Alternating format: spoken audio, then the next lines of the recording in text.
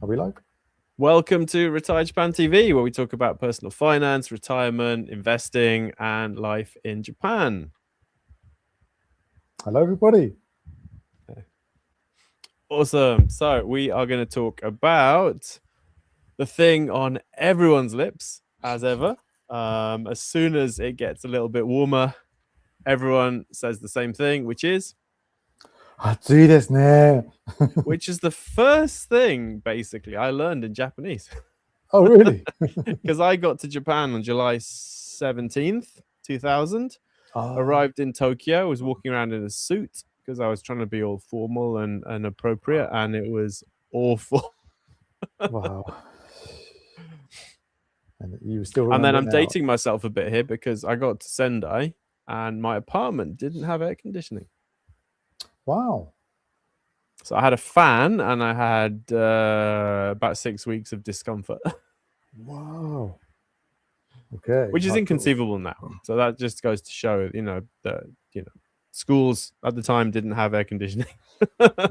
Oh, yeah. Lots of places didn't have air conditioning. It was normal to rent an apartment without air conditioning. Now, inconceivable. Yeah. Like to have a rental apartment with no air conditioning is like, nah. Is that because Sendai is up north that it was quite slow to get air conditioning, or? I don't know. I mean, it didn't used to be this hot. Oh, really? So we used to have summer in the summer. So, like July, second half of July, August was hot, and then it kind of dropped off in September and stuff. Whereas now,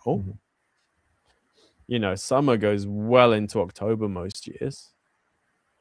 Even up there? Oh, I'm surprised. Oh, yeah. So Sendai's got a weird climate in that it's basically the border. Anywhere north of us has really decent kind of insulation in housing for the winters because it gets much colder. So we're in the kind of temperate zone still. So it gets just as hot, I would say, as Tokyo. Everyone's got this image of Sendai, being up north and very cool and stuff. Is that rubbish? No. Oh. People come here from Tokyo and they're like, my God, it's humid. Really?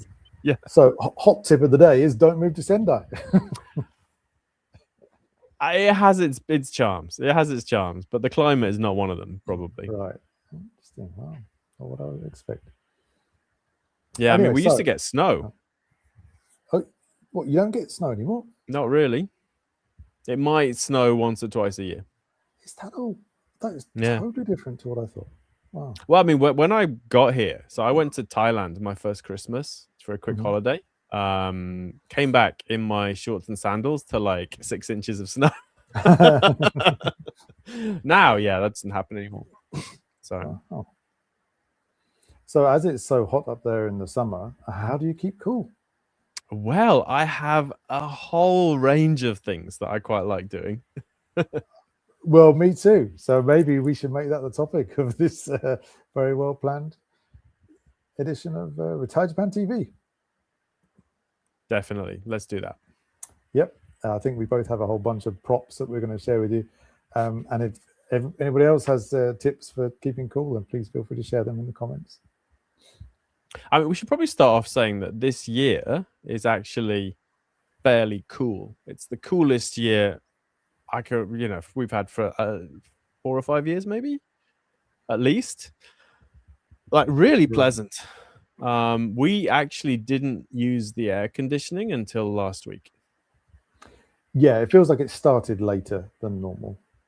Like last year, just to compare with last year we were running the AC 24/7 from May to mid-October. Oh, really? Whereas this year, it was fine. We actually survived without it until mid-July, which is a big improvement. So it's a really cool summer this year. It's abnormally cool. So far, I think it's just like kicking in now, isn't it? It's been saving its energy for it's later. making up for it. Yeah. So anyway, so what do we have then? We have a few different ways of keeping cool in different categories. I mean, so last year I went a bit nuts because it was so hot and I was kind of bored looking for content. So I tried a whole bunch of stuff. Your gizmos, lots of different gizmos, and none of them really worked. Oh, really? Right. Yeah, so I tried all the neck things, different varieties of neck ring. You might have seen these on kids. So the ice, oh yeah, okay, that's a bit fancy. I haven't seen that before. But I have. all those kind of things you put in the freezer and freeze them, and then you put them on your neck to get cooling, basically. Yeah. None of them last more than 5 to 10 minutes, basically. So within they 5 to work, 10 minutes, not they're for at very long. ambient temperature. So they work, but not for very long. Yeah, they're fantastic for 5 minutes, Right. if that's enough for you. Even if you wrap them in a towel or something to sort of insulate them a bit. Well, the thing is, if you wrap them in a Effect. towel, they're not on your neck anymore, so become less effective. Okay. All right. Yeah, basically, you absorb all the coolness, and then they make you hotter. Actually, once they're at ambient temperature, it's this thing on your neck. So, Yeah. but I think they work quite well for kids going to school. Right. Because I believe a lot of schools now actually freeze them for them, so when they go home, they're frozen again. That's very nice if they do that. Wow. Didn't used to nowadays. Adapting. Yeah. So the ice ring's very disappointing. And then one step up from the ice rings is the ice vest. So it's this kind of string vest kind of jacket thing, sleeveless, with pockets for ice packets. Not the one with the fans in. Not the one with the fans in, not the construction jacket, but it's just a harness with ice packs. Right. Okay. So it had these 6 big ice packs, and you can put it on under your t-shirt, under your clothes or whatever. You can put it over a t-shirt as well. Have you tried that? I did, yeah. I used to walk to work in it, and that lasts a lot longer, obviously, because the ice packs are quite substantial. Right. But again, it didn't seem to make that much difference. Wow. So for me, given the faff of freezing the thing and then putting the thing on, wearing it, and it wasn't really worth it. And once it's finished working, you've got this extra weight to carry around with you in the hot sun. Yeah, although because it lasts a lot. So my commute's about 50 minutes walk. And it would more or less last for that. So it would last about an hour. But if you're going to a baseball game or something, you probably wouldn't want to. Oh, yeah. You'd probably end up hotter in net. The thing that does work incredibly well is a parasol. Oh, right. The sun umbrella thing, yeah. With the unbelievably well. So yeah, a parasol, you got your own shade, basically. Yeah. Makes an enormous difference, such a big difference. So really recommend the parasol as well. I didn't bring it into the room, but I had last year I bought a straw hat, which probably looks very stereotypical British of me, but it's got the rim all the way around, and that's really good. I've never really worn a hat before. It's like, wow, it's like a parasol for my head all the time. It's so good. See, I've always worn a hat in summer, but I would say the parasol's better because the hat traps sweat on your head and you haven't got the breeze. Whereas with the parasol, you don't need the hat anymore. So you do have that airflow considerably better.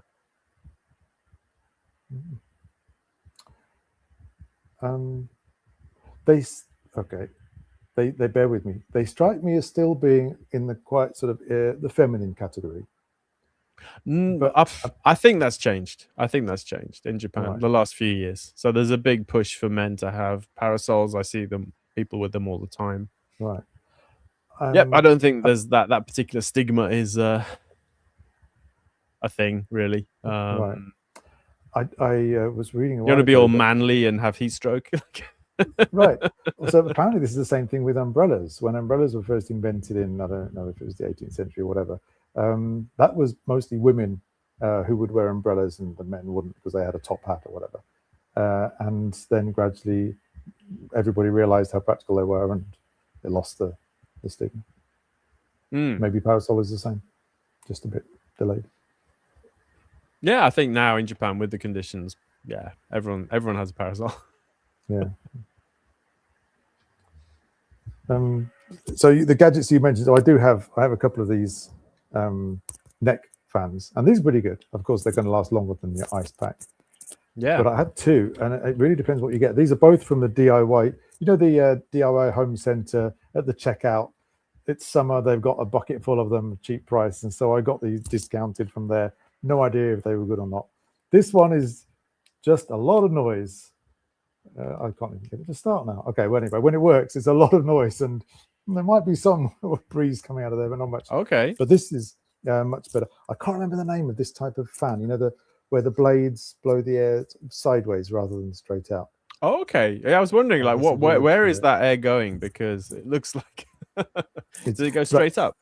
Yeah. So it's coming in here, pulling in air here, and then blowing it out through this bit, which is like smaller. So it's it's concentrating the flow. So when you have it resting on your chest there, it's actually a nice breeze under the neck. Okay. Compared to the other regular one. So how much was that? We were about, I don't know, 700-800 yen, something like that. From the and how long does the battery last? I think it's 2 or 3 hours, but I haven't used it for a couple of years, and I got it out for tonight and switched it on, and it still works, and it's without charging it. So it's what's it called? Fuwari, Fuwari. I have no idea if that's a real brand or not. Oh, it's made by Yamazen. Yamazen, the discount. Oh yeah, they're famous for fans, aren't they? They're actually pretty good. We've got Yamazen like plug-in fans, and they're really good. So yeah, Yamazen Fuwari is recommended. And apparently you can't hear it blowing up in my face. So that's it's a USB charge. Yes, and it's got 3 modes on it. I'm on the lowest mode, and I can still feel the breeze. So if you're happy with the volume, you could increase it. Very cool. I think maybe like these do work, but it depends on which one you get. So try them out if you can. Yeah. Now the upgrade from that is something that I really want, but yes, I haven't pulled the trigger on, which is that Sony thing. Right. Is it the Sony Rion? Right. See if I can find a link. Which is a portable AC unit that you put in the back of your shirt, and you control it with an app, and it has active cooling, so it's not just a fan. It actually cools down you with some kind of mechanical process. Okay, I'm putting a link to the official product page there. And apparently there's a new version. It's like version 2. Right. And it's sold out in the UK apparently, because it's been really hot this year in the UK and people were desperate. So people have been buying these Rion things. But I don't think everyone likes it though, because PC magazine, their review of it, the headline is, "I made it half a block before giving up on Sony's $260 wearable AC." Oops. It does get surprisingly cold apparently, and it lasts all day. But wearing it in public is very sort of self-conscious of it. Apparently, maybe it's that sounds like a you problem, not a product problem. You know what I mean? Possibly. But so the way it works, it seems to be, it's not like a fan blowing on you, but it's sort of at the back there, and the device itself gets cool, pressing onto your skin, rather than blowing cold air onto you. That's how I understand. And you've got some blood vessels back there, so that presumably moves the coolness around. Right. I want to buy one, but how much are they? They're like 50,000 yen or something. Yes, it's in US dollars, $260, so it must be about, Let me do for fairness, I'll put the review in the comments as well, so people can see both sides there. Oh yeah, I'd love to give it a try though. And when it gets so hot, who cares what you look like? So yeah, that's pretty cool. Okay, it's not that bad actually. It's only 20.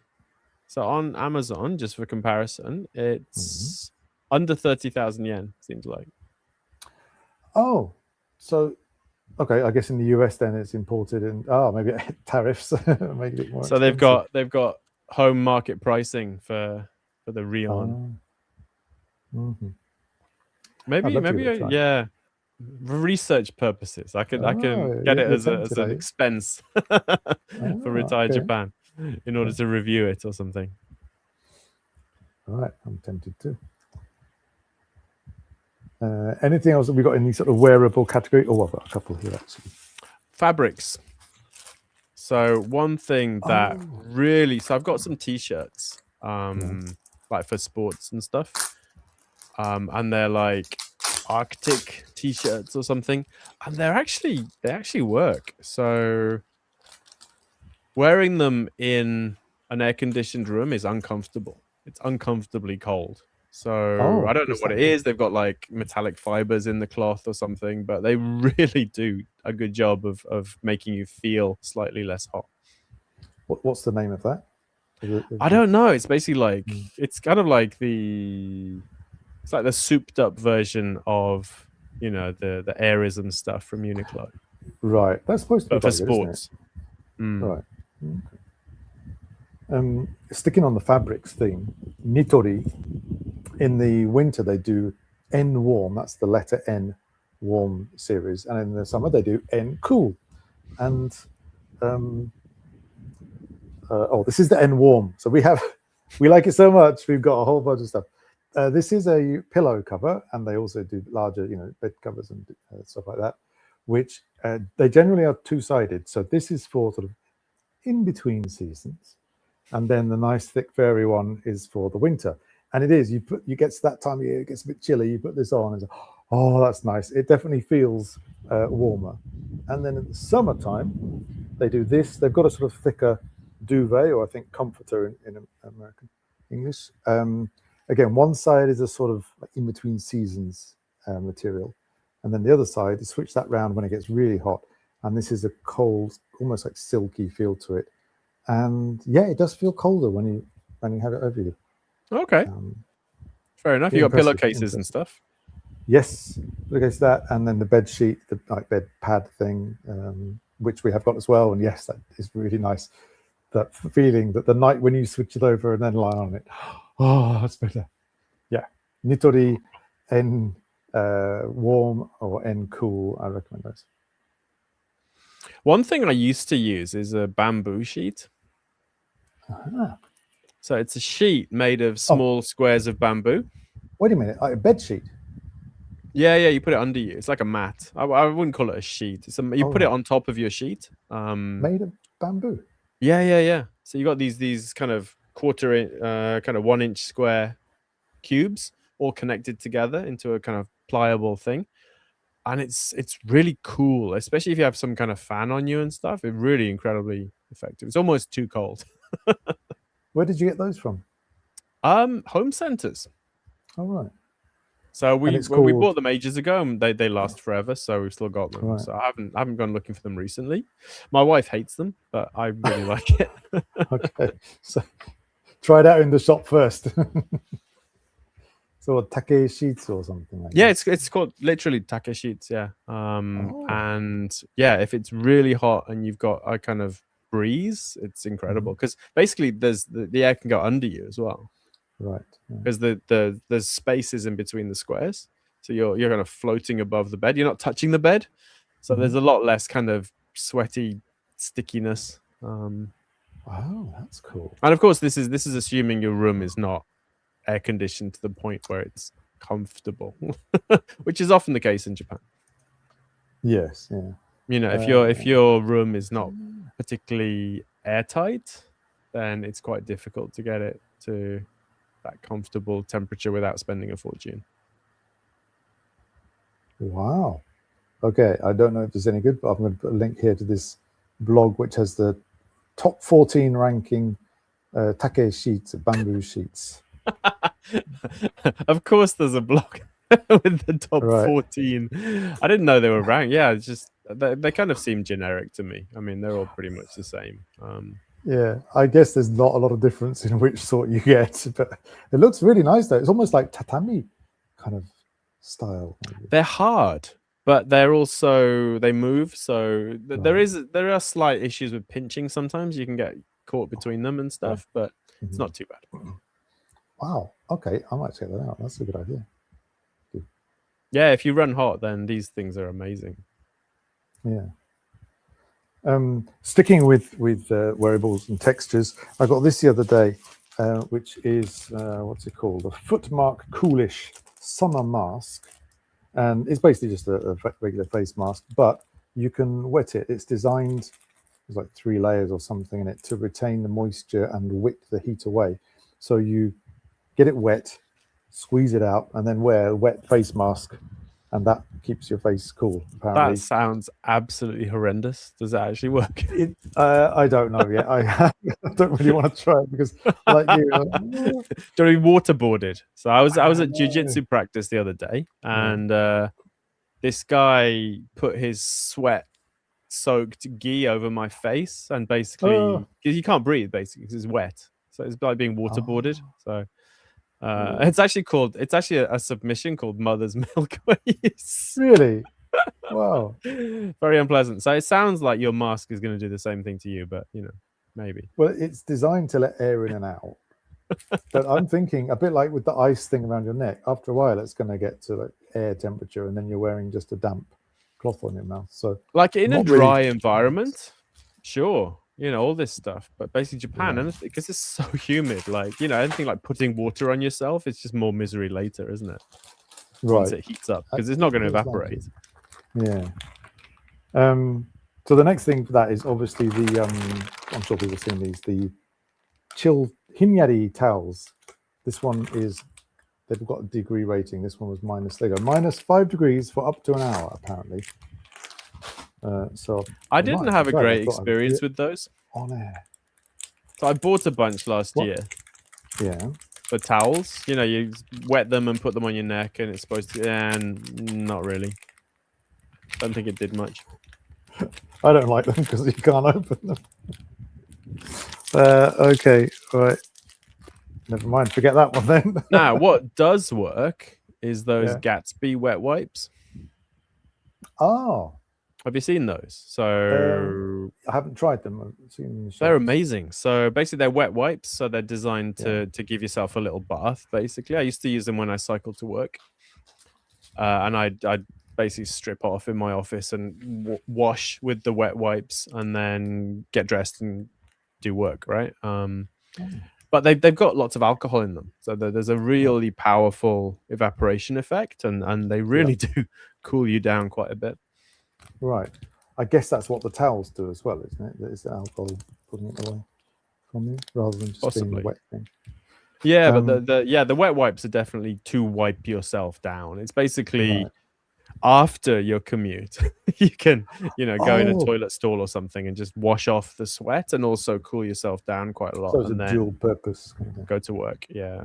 Okay. Well, that sounds good. Yeah, my granddaughter took me on Sunday and made me buy her like 6 packs of them. That's good. Okay, I'm going to give that a try then. I should make a note of this. So Gatsby, let's see if I can find that online. What do you call it? Gatsby. So they're Gatsby like ice wet wipes, ice something. Gatsby wipes. Maybe this is it. Oh yeah, here we go. So clean. Beat the heat with Gatsby. It works. I mean, I don't know how environmentally friendly it is, but it really is effective. If you I used to cycle 50 minutes to work, and 50 lifesaver. Yeah, 15K. Wow. Okay. It was great. I've never been as fit as that as an adult. Yeah. Wow. 30K round trip. So. Wow. Impressive. So sticking with the chemical cooling thing, this was recommended in Monoclo magazine, which people might remember. I'm a big fan of. You are, yes. You're a Monoclo connoisseur. Yes, it's one of their top picks. It's made by Kao, like big cosmetic brand, and it's cooling gel. What is it called? Megurism. Okay. Megurism. Where are you supposed to put it? Behind your ears, actually, or on your neck or something, but it recommends behind your ears. So where are we? Squirt a little bit out like that. Like sort of, that doesn't look too bad. Dab a bit there, and yeah. Oh, that is nice. Oh, that's good. That is. Yeah, no, that's working. That's working. I don't know how long it will last, but definitely. Yeah, Daniel's on commission for this stuff, everyone. Wow, that's pretty good actually. Yeah. Okay, yeah, I'll give that one a pass. Nice. Okay, well, so what is it? Okay, 8:25. I'm going to see how long this lasts for. But at the moment, that's really good. Yeah, it's got a slight sort of smell to it, but nothing more than like suntan lotion or something. Okay, promising. Now, one thing I'd recommend for getting to sleep. So if you have those ice packs that you get with food and stuff, so I find if you put them between your thighs, because you've got the femoral arteries there, that will give you quite a powerful burst of cooling, just enough to get you to sleep, and then you'll probably move around and it'll drop out and be fine. So I find that really, and same with a hot water bottle and in the winter, right? You want to get it into your blood, and then the blood will carry the heat or the cool around. So you don't get much better than the femoral arteries. And also, because I sleep on my side, it's quite easy for me to like wedge something in there and go to sleep. So that is really powerful. Directly if you're pressed having against trouble the sleeping. legs. What's that? Directly pressed against the skin. Yeah. Or you wrap it in a towel or something. Really? Wow. Well, you can wrap it in a towel if you want to, but All right. I just do. I'd mainline it. Yeah. Okay. But again, that's going to wear off after a while, isn't it? Well, it's enough to get you to sleep. Once you're asleep, it's not. Oh, I see. It's the trouble, when it's too hot to go to sleep. That really helps.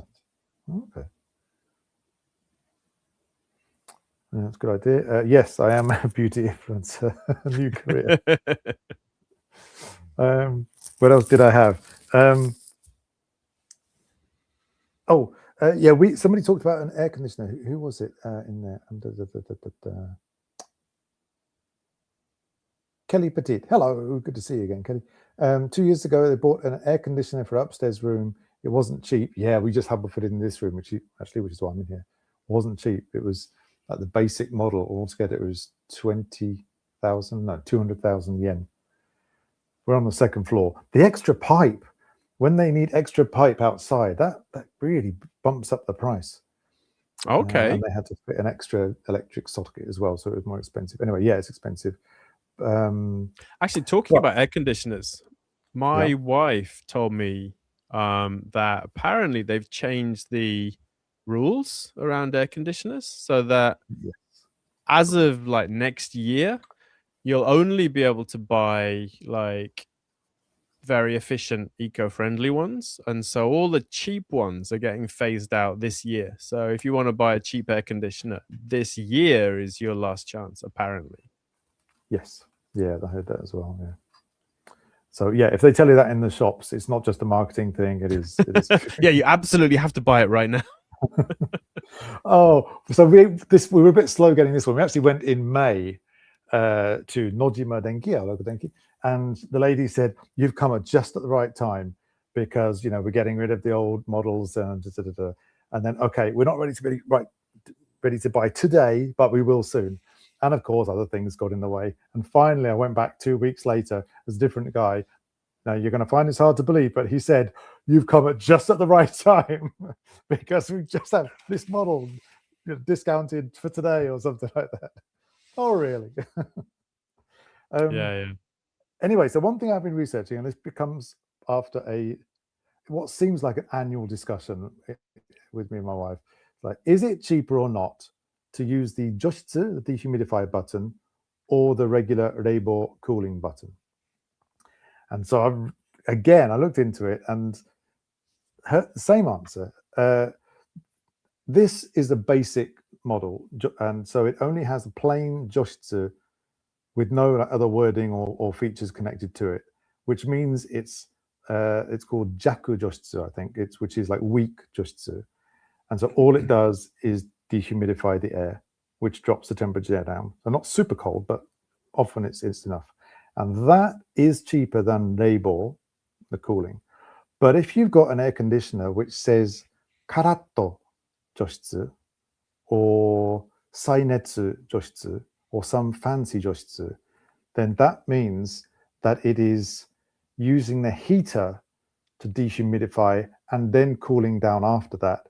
So it's using more electricity, and therefore, in that situation, that is more expensive than Reibo. So And those are usually like not available on the base model. So if you've got a cheap base model, your adjuster will be cheaper than labor. Give it a try. You might be happy with that. If you've got a higher end model, then just stick to labor. Sounds good. And when we got the fan as well, like the regular, plug-in fan, the instructions in there said if you're using it with air conditioning, have the fan under the air conditioning unit pointing in the same direction. The airflow is the same direction, which kind of draws the cold air out further into the room, apparently. Okay. I would have thought it was the opposite. So we do that. I can't say I've noticed a big difference, but give that a try if you want. Well, fans are huge, right? So fans cost basically nothing to run. And they'll make such a difference that you could run the air conditioner a couple of degrees higher and you'd be just as comfortable if you've got the fan on you. So fans are a real easy way to save money. Yes. And also, if your spouse is not the same temperature as you, having a fan really helps. So like my wife is not, she would prefer to have it warmer. So if we set the air conditioning so that she's happy, I need a fan. Right. Get one of these. I've switched it off actually because I've got this. It's still working. What else? What did it say as well? I've forgotten now. Oh yeah, for fans, you can get AC ones or DC ones, and they both, plug into your wall as usual. It's only sort of the DC is like twice the price, isn't it? Yes, but cheaper to run. And there was a website I found where you can calculate. I think it was a UK website, but it's the same thing. But it's like a 6-year payoff or something. Exactly. It doesn't make any difference. Yeah, it might even be longer than that, but yeah, it's multiple years before you will start to see a difference. And that's, I think, if you run it like 24 hours throughout the whole 3 or 4 months of the summer. So if you see advertising saying you're going to lower your electricity bill getting a DC one, the DC ones give you more flexibility with the speed, so you get to dial the speed in, whereas the AC ones is kind of like low, medium, high. Yes, we found that.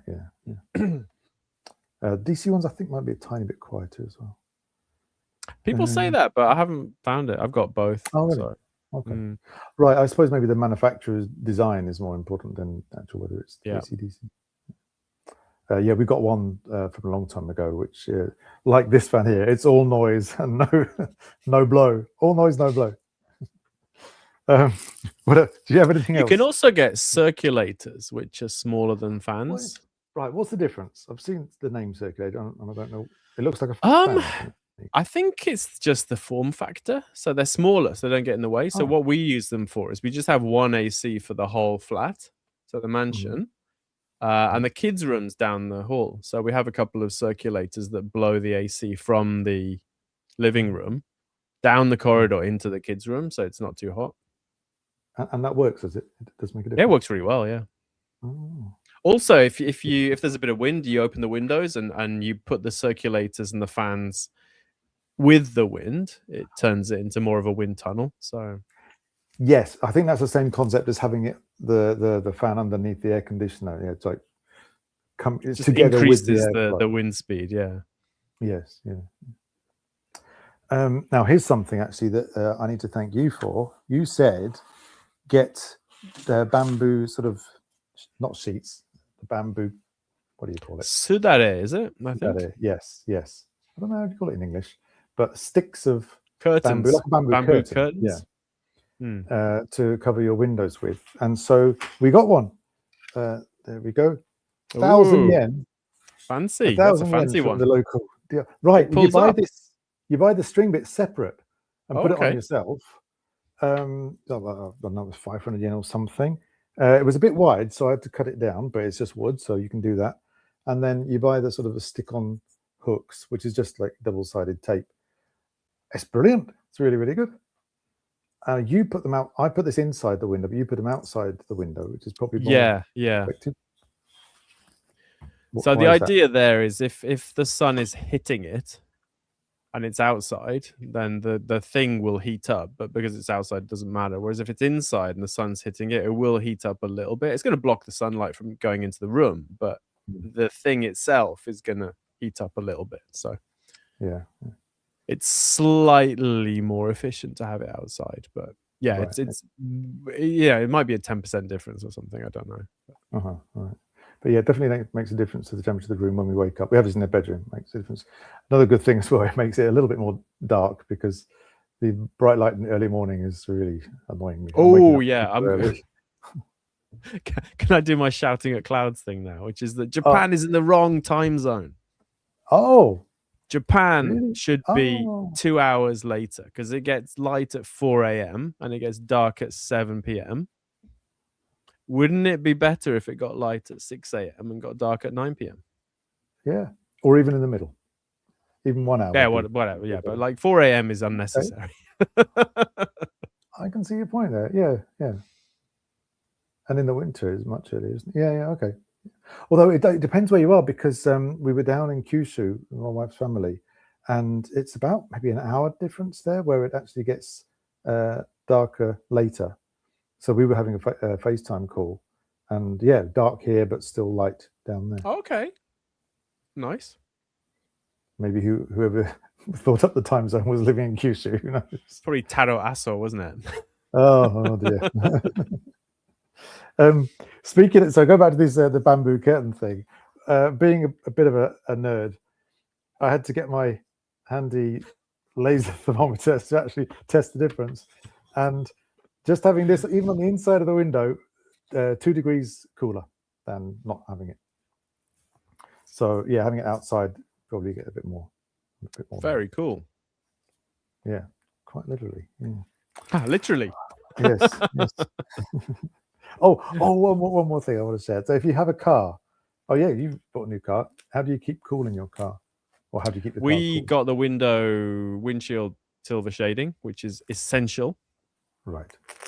If I stop at the Konbini for 2 minutes, I'll put it up because it makes a difference. Right. Yes.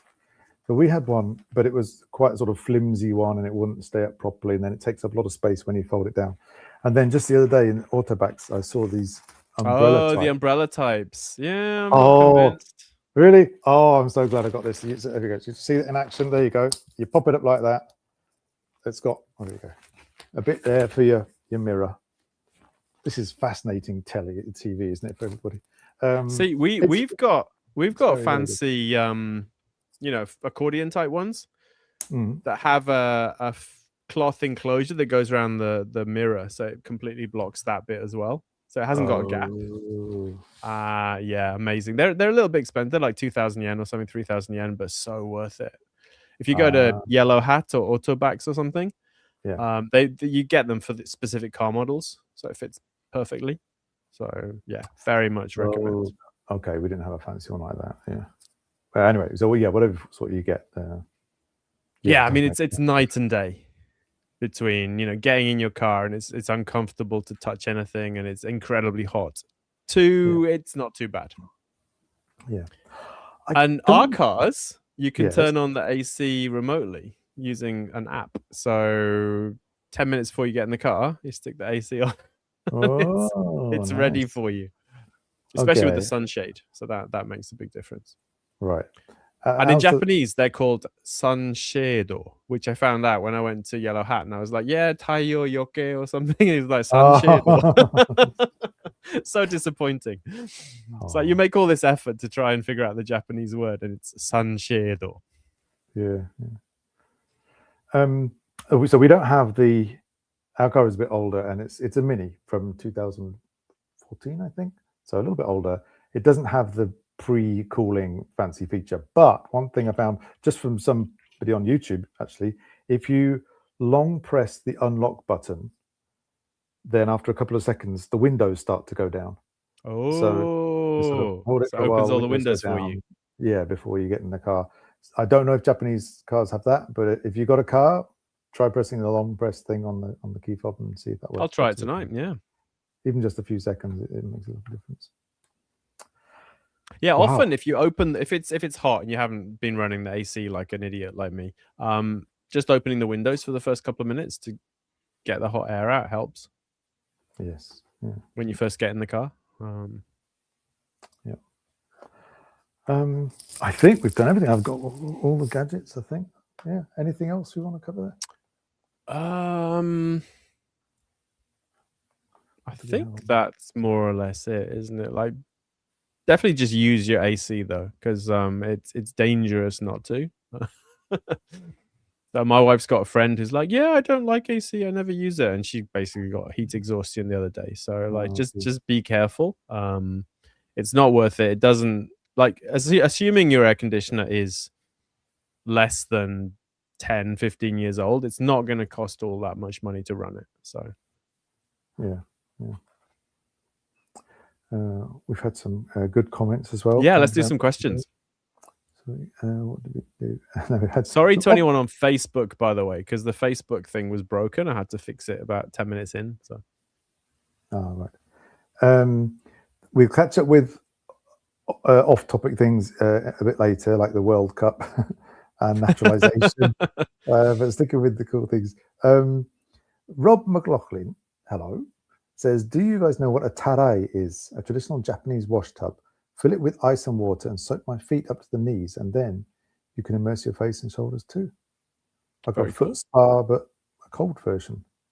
I didn't know what that is, but it sounds nice. Tarai. We often have the bathtub just full of water, like cold water, in the summer. Right. And in fact, I was talking to my wife, and we were thinking about, you know, maybe building a house someday, and we were like, we should have 2 bathtubs, one for like cold and one for so we can have a cold plunge.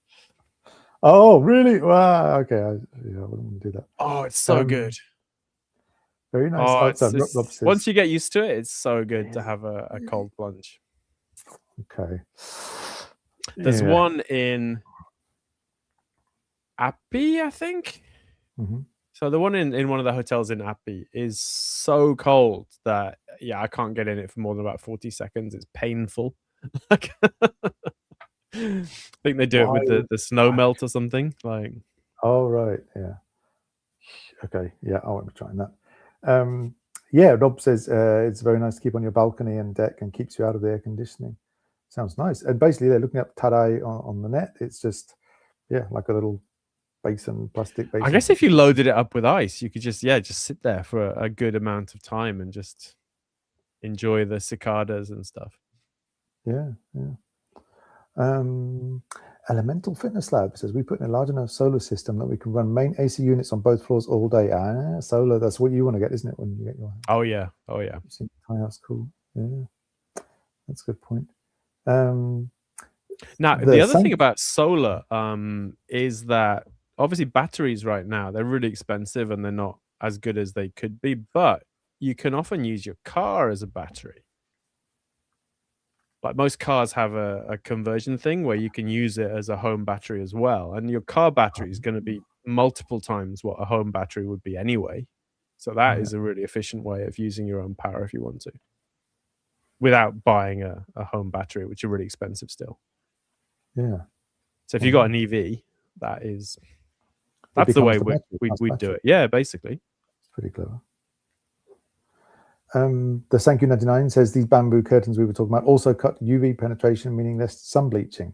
So yeah, if you got, I don't know, bookshelf or curtains or something, I hadn't thought about that, but that's a nice side effect. Yeah. Kelly Petit, so thinking in the financial way, how will this affect our future as investors? That's a good question. Well, disclaimer, I bought shares in Daikin air conditioning. We love Daikin. We're thinking about getting a new one. So right, yeah, I've heard them highly praised. They seem very well made and reliable, and really good service as well. Overseas as well. Oh, really? So ours broke last summer at a hot time. It broke, and I called them in the morning, and they sent someone round that afternoon. Wow, that's impressive. Daikin, absolutely amazing. Like, yeah, that basically secured us as customers for life. Okay. Yeah, that's good. And then Gaijin Guru N9B replied to Kelly saying extreme weather affects productivity, brings it down, I guess, and then insurance claims going up. So that implies that insurance companies, hang on, would that mean insurance companies would be a good investment or a not good investment because they would have to pay out more? But they can't put up the premiums. If there's more claims, it's bad. Right, but they will put up the premiums because of the high risk. So, people might take out more insurance, and then fewer people would get insurance because it's more expensive. Maybe. Okay. All right. Fair enough. Yeah. Avoid investing in businesses that are effective. I think Kelly asked Okay. something about wildfires. Oh yeah. In Canada, they aren't they? I think. Is that right? Yes, I mean we had that really bad one in Iwate last year, right? Wildfire that Oh took out yes. several towns or something. So Yes. we do have them, but our forests aren't quite as large as the Canadian ones. Yeah. The one on Shikoku as well, I think, last year. Yeah, I don't know if we worry about them, but I think probably Well, I people don't worry about them bears. because we're by the sea and there's no forest anywhere near us. But they do happen in Japan more recently, I think. Right. I've got a feeling people are less worried about them because you have bears and earthquakes and typhoons to worry about first, like more likely. Bears. Ugh, don't get me started on bears. What's a previous episode to Ben talk about bears? Right. Should we take a look at off-topic questions that we had at the beginning? Yeah. Right. First question. Wow, are we live? Yes, we are. And yeah, 8 o'clock. If we don't put the time in the newsletter, it's going to be 8 o'clock. I think that was the Facebook issue. Because we were not live at 8 o'clock on Facebook. Right. So I fixed beg it. your pardon. Okay. The Sankey 99. Did we catch the World Cup final? I didn't know. The Sankey 99 I says didn't, but my Argentina wife this time around decided that we were going to have a bet about the World Cup. Oh, cool. And she decided that she was going to bet on France. And I don't really care about football, but I ended up going with Spain because I used to live there. Oh, wow. Right. Wow, very good choice, sir. So I have won our bet. Wow. That's why you're going to buy the Sony air conditioner, the personal air conditioner. Yeah. Spend your Or winning. rather, my wife is going to buy. Oh, excellent.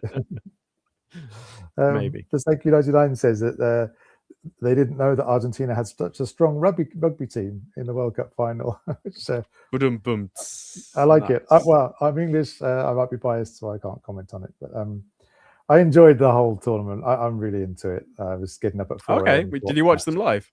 Yeah. All 4 a.m. Yeah, that was a tough one. That was, but it was worth it though. It was so worth it. Yeah, the England performance has gone up and down, but when it counted, we really played so well. Except the second half of the Argentina match, just yeah, people probably don't want to hear about me moaning about that decision. But it was still, I really enjoyed the tournament. I disagree with a lot of FIFA's decisions, and I think there's a lot of behind the scenes stuff that's quite distasteful. But in terms of good football entertainment, I really enjoyed it. And I hope Japan does better next time, because it's a real shame to see them go out. I think they deserve to stay in longer. Right, Kelly Petit has another question. What do us two, you and I, plan to do this summer for vacation while we try to stay cool? Well, I'm going to be working, basically. We're going to stay in Sendai. My wife's school runs these summer courses, so we'll do those. We're going to go to Miyakojima in November, when hopefully there'll be fewer tourists. It won't be as hot. The typhoon season will be over. Yeah, seems like a win-win. Yeah.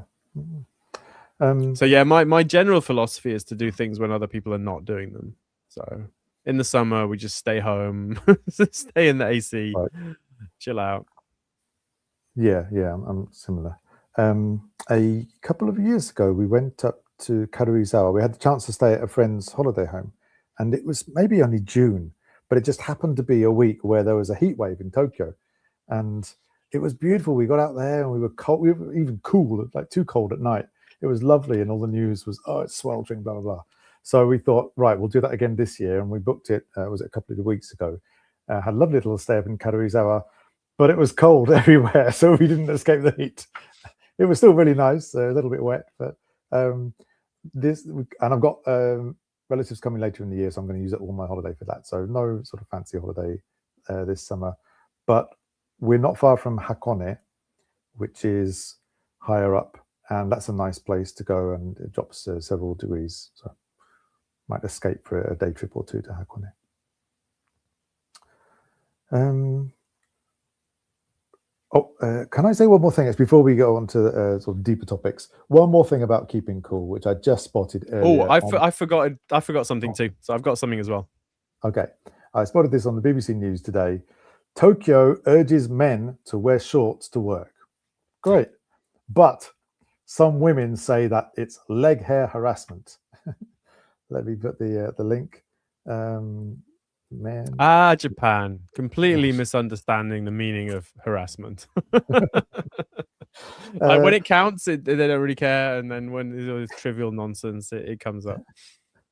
Yeah, so we've got the cool biz thing that's been going on for a while, but this year, Cooler biz. Cooler biz.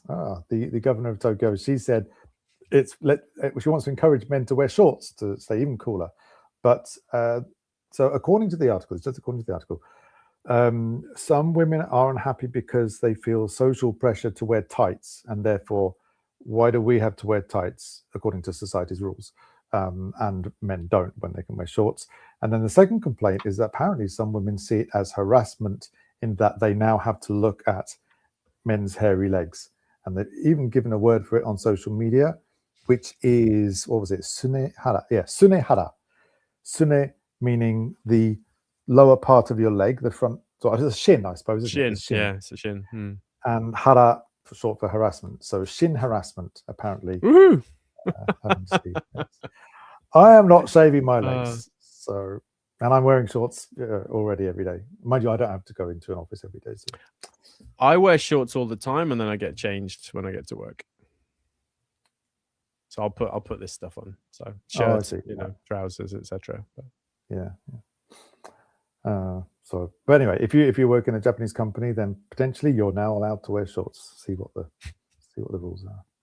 You had something you wanted to I did. It's actually really important. So this year, I don't know if I've mentioned it, but I got really overweight and unhealthy, and I decided to try and fix that. So I've been doing ridiculous amounts of exercise. And doing exercise in the lead up to summer is incredibly effective at increasing your heat tolerance. So like I've been doing rowing and jiu-jitsu, and our jiu-jitsu club until like last week, they had the windows open, so no AC.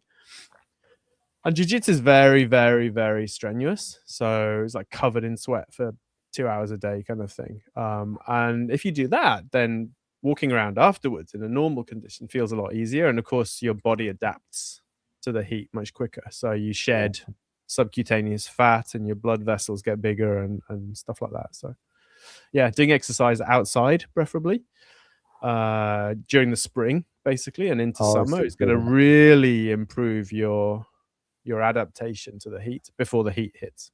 Right. So, that's a good one. What I think we'll do actually is after this is recorded, after this is finished, I'll try and extract the list of the tips that we've shared, because I think this is pretty useful. I've learned a lot from what you've been talking about. So. Awesome. Yeah. You've been doing the Norwegian. Turn it into a blog post. Blog post, yes. So multiple social media. I'm now a influencer as well, a beauty influencer apparently. So yeah, we're going to get loads of money out of this. Oh, speaking of which, it seems to be wearing off now. So I would say 30 minutes. Actually, well, I hadn't read that before. It says 30 minutes, and yeah, I'd agree. That's maybe 29 minutes. Yeah. It works as advertised. Yes. Pretty much. Yeah, that's good. Yeah. Right. So we have a couple of questions on different topics, don't we? I have been rowing like a Norwegian football. I've been doing 10,000 meters a day. Wow, blimey. I have to switch this back. Has your battery died? No, I switched it off because of the ear cooling liquid gel. Okay. Yeah, it needs to come back on again. Right. Okay, so other stuff then. The Sankey 99 is another question. If it's been talked about recently, apologies, I don't think it has, but the latest rumor mill in my office is saying Japan's parliament is considering preventing foreigners from claiming pension. Any thoughts on that? Absolute rubbish. Never heard that suggested. Don't see how it would work logically, because the pension system is a contribution-based pension system. It's not a rights-based pension system. Yeah, I think there's zero chance of that happening. And in fact, no one's talking about it. No one serious is talking about it, I don't think. So if anyone's got a source, please send it to me. But yeah, I think that's complete rubbish. Right, you get your pension after contributing, and they want more people to contribute. So I don't think it would be in their interest to stop foreigners from contributing anyway. Well, yeah, I mean, the whole thing now is that they want to make sure people are contributing.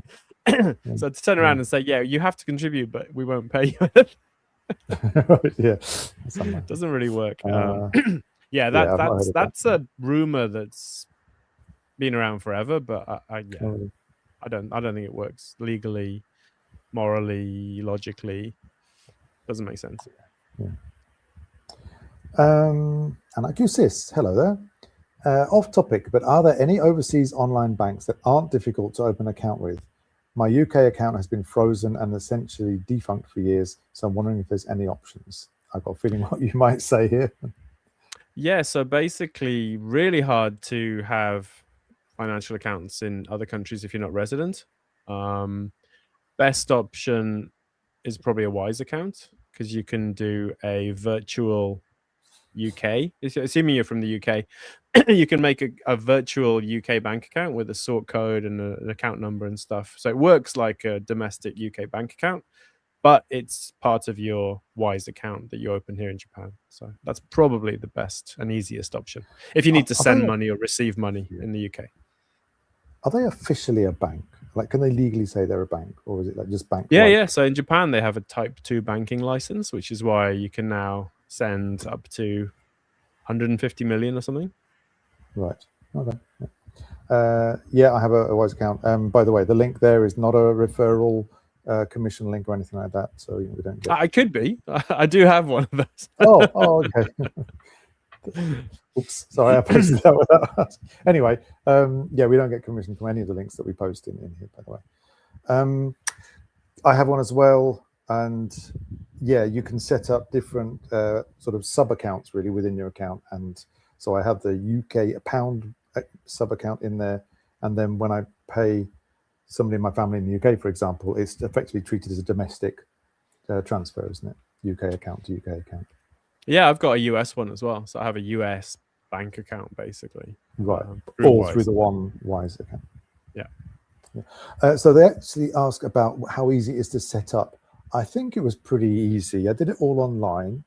They give you a number and you have to write it on a piece of paper and hold it up in the camera to show that it's really might have changed. I think that you have to do your My Number now as well. So. Oh, okay, right. I also had to show not just a copy of the card, but you kind of have to show it at an angle as well to show that you're not printing a piece of paper with the card on. It's the proper thickness and stuff like that. Yeah, apart from that, I don't remember it being very difficult to open one, so it's definitely worth a try. It was very easy for me. It took about a week, I think. You have to receive a piece of mail to your address to prove that you live at that address. But yeah. Oh, they already have a Wise account, and they used your referral link, Ben. Wow.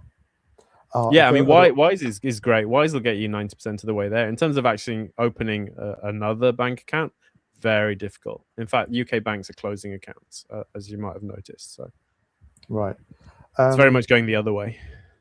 So a couple that I've heard of that are similar: Revolut, REVOLUT, and Monzo, MONZO or ZO. Monzo doesn't work with non-residents. Oh, really? Okay. So maybe Revolut is another thing to look into, but I have to say I don't really know much about it. Yeah. Just thinking, so I have a Prestia account which allows you to have, Shinsei Bank as well, allows you to have sub accounts within it in different currencies. Like you can have you change something into dollars and keep somebody money in dollars within your SBI Shinsei Bank account. But yeah, that's not Sony treated. Bank as well. Oh, right. And MUFG as well, I think. There's probably more, but those I know about. Right, but that's still treated as a Japan account, and you can't do the domestic British account, for example. Yeah.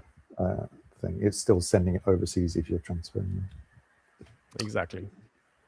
Right, I think we've done. Oh, beg your pardon. Oh, Elizabeth does. Hello. I already claim a pension. I'm 73. I rather doubt they will take it away. In fact, I got a letter saying they were going to add a bit to it from next year. Oh, that's good. So there you go. That, yeah, I agree. I rather doubt they will take it away. Inconceivable, to quote from the Princess Bride. Princess Bride, I have not seen. What? Inconceivable. No. Yeah. Okay. There's quite a few films you've mentioned in the past that you're stunned that I haven't seen. You should watch The Princess Bride. It's very good. Why would I want to watch Princess Bride? It's might not be the target demographic. It's a feel-good film. Really? All right, I'll put it on my list. Princess Bride. I can't believe some great memes in there. Right. Oh, really? Okay. The inconceivable meme is yeah. Okay, I'll give it a try with open eyes. And Andre the Giant's in it. You know, who doesn't like Andre the Giant? I will find out what that is. Right, shall we move on? Shall we move on to other things? We probably should. Yes. Now, right at the beginning, somebody mentioned naturalization, so I think this is a good point to talk about that. Oh yeah, Ra JPY. Good evening, Ben. When is the next appointment for naturalization, and how is the whole process going in general? What's the progress? Okay, my next appointment is on August 3rd, and in that appointment, I am supposed to bring all the Japanese paperwork. So the previous appointment we did, I brought all the overseas paperwork, you know, birth certificates for family and stuff. And this time they want me to bring all the Japanese paperwork, which is, you know, your Juminhyo, your wife's koseki, statements from family members, your work CV back to forever, starting at age 0, any addresses you've lived in, all foreign travel ever, all your bank accounts, all your monthly budget. So it shows that you earn a certain amount and spend a certain amount, which doesn't work very well if you're kind of early retired and your income does not match your outgoings at all. Like they want the property deeds for the mansion, which I have to go to some office to get. Yeah, there's loads, and I haven't quite started yet, so I've got 10 days to sort this out. I'm going to start tomorrow. Allow time, because some of them might say, "Oh yeah, it'll take us a week to get that for you," or something. Well, fortunately, Japan's quite good. You can generally walk into an office and they'll give you the stuff. So right. Yeah, I might be taking that for granted a little bit. Right, let's find out in the next episode whether you got all the stuff or not. We are going to be talking about naturalization in the next episode. So yeah. Excellent, good. There you go. So it is moving. It's a slow process, but it is moving forward. That's good too. A couple of other quick questions that we have. Let's stick with the cooling theme. Kelly Petit, what beverage keeps you cool in this horrific summer? I do like a cold beer at the end of the day, personally. Maybe even 2. So I'm on a diet. So I drink black coffee hot. I drink water at room temperature. And then my thing recently is drinking sparkling water. Oh, right. Yeah. So with ice, that's my kind of evening tipple. Yeah. Iced coffee is a good one. In the previous episode, RetireJapan TV, what is it, 7, series 4, episode 7, I showed my new gadget, which I haven't got unfortunately here. It was the kakigori machine. So they're like the ice slushy machine. Have you used it since? Yes. It's a bit too cold for me. I'm not good at ice cream. Well, I love ice cream, but I can't eat too much because I'm one of those people that gets the really bad headache. And I get that with the kakigori. But it makes it good. I've adjusted so it's quite fine now. I've got a couple of bottles of syrup, and what's my wife's favorite? You get Calpis, that was good. Oh, then what's that? Evaporated milk? Condensed milk. Yeah, I love that. Syrup on it. It's really good. And even when it starts to melt a bit, it's still like very, very cold, like slushy liquid. So very, very cooling. So, yeah, I recommend that. Kakigori. Awesome. And then thank you. And again, thanks for the pension reassurance. Switching gears, they attended a Nepal festival in Odaiba last weekend. Sounds fun. And befriended more fellow Gaikokujin from other countries. What about us? What about us guys? I get more grumpy and insular the older I get.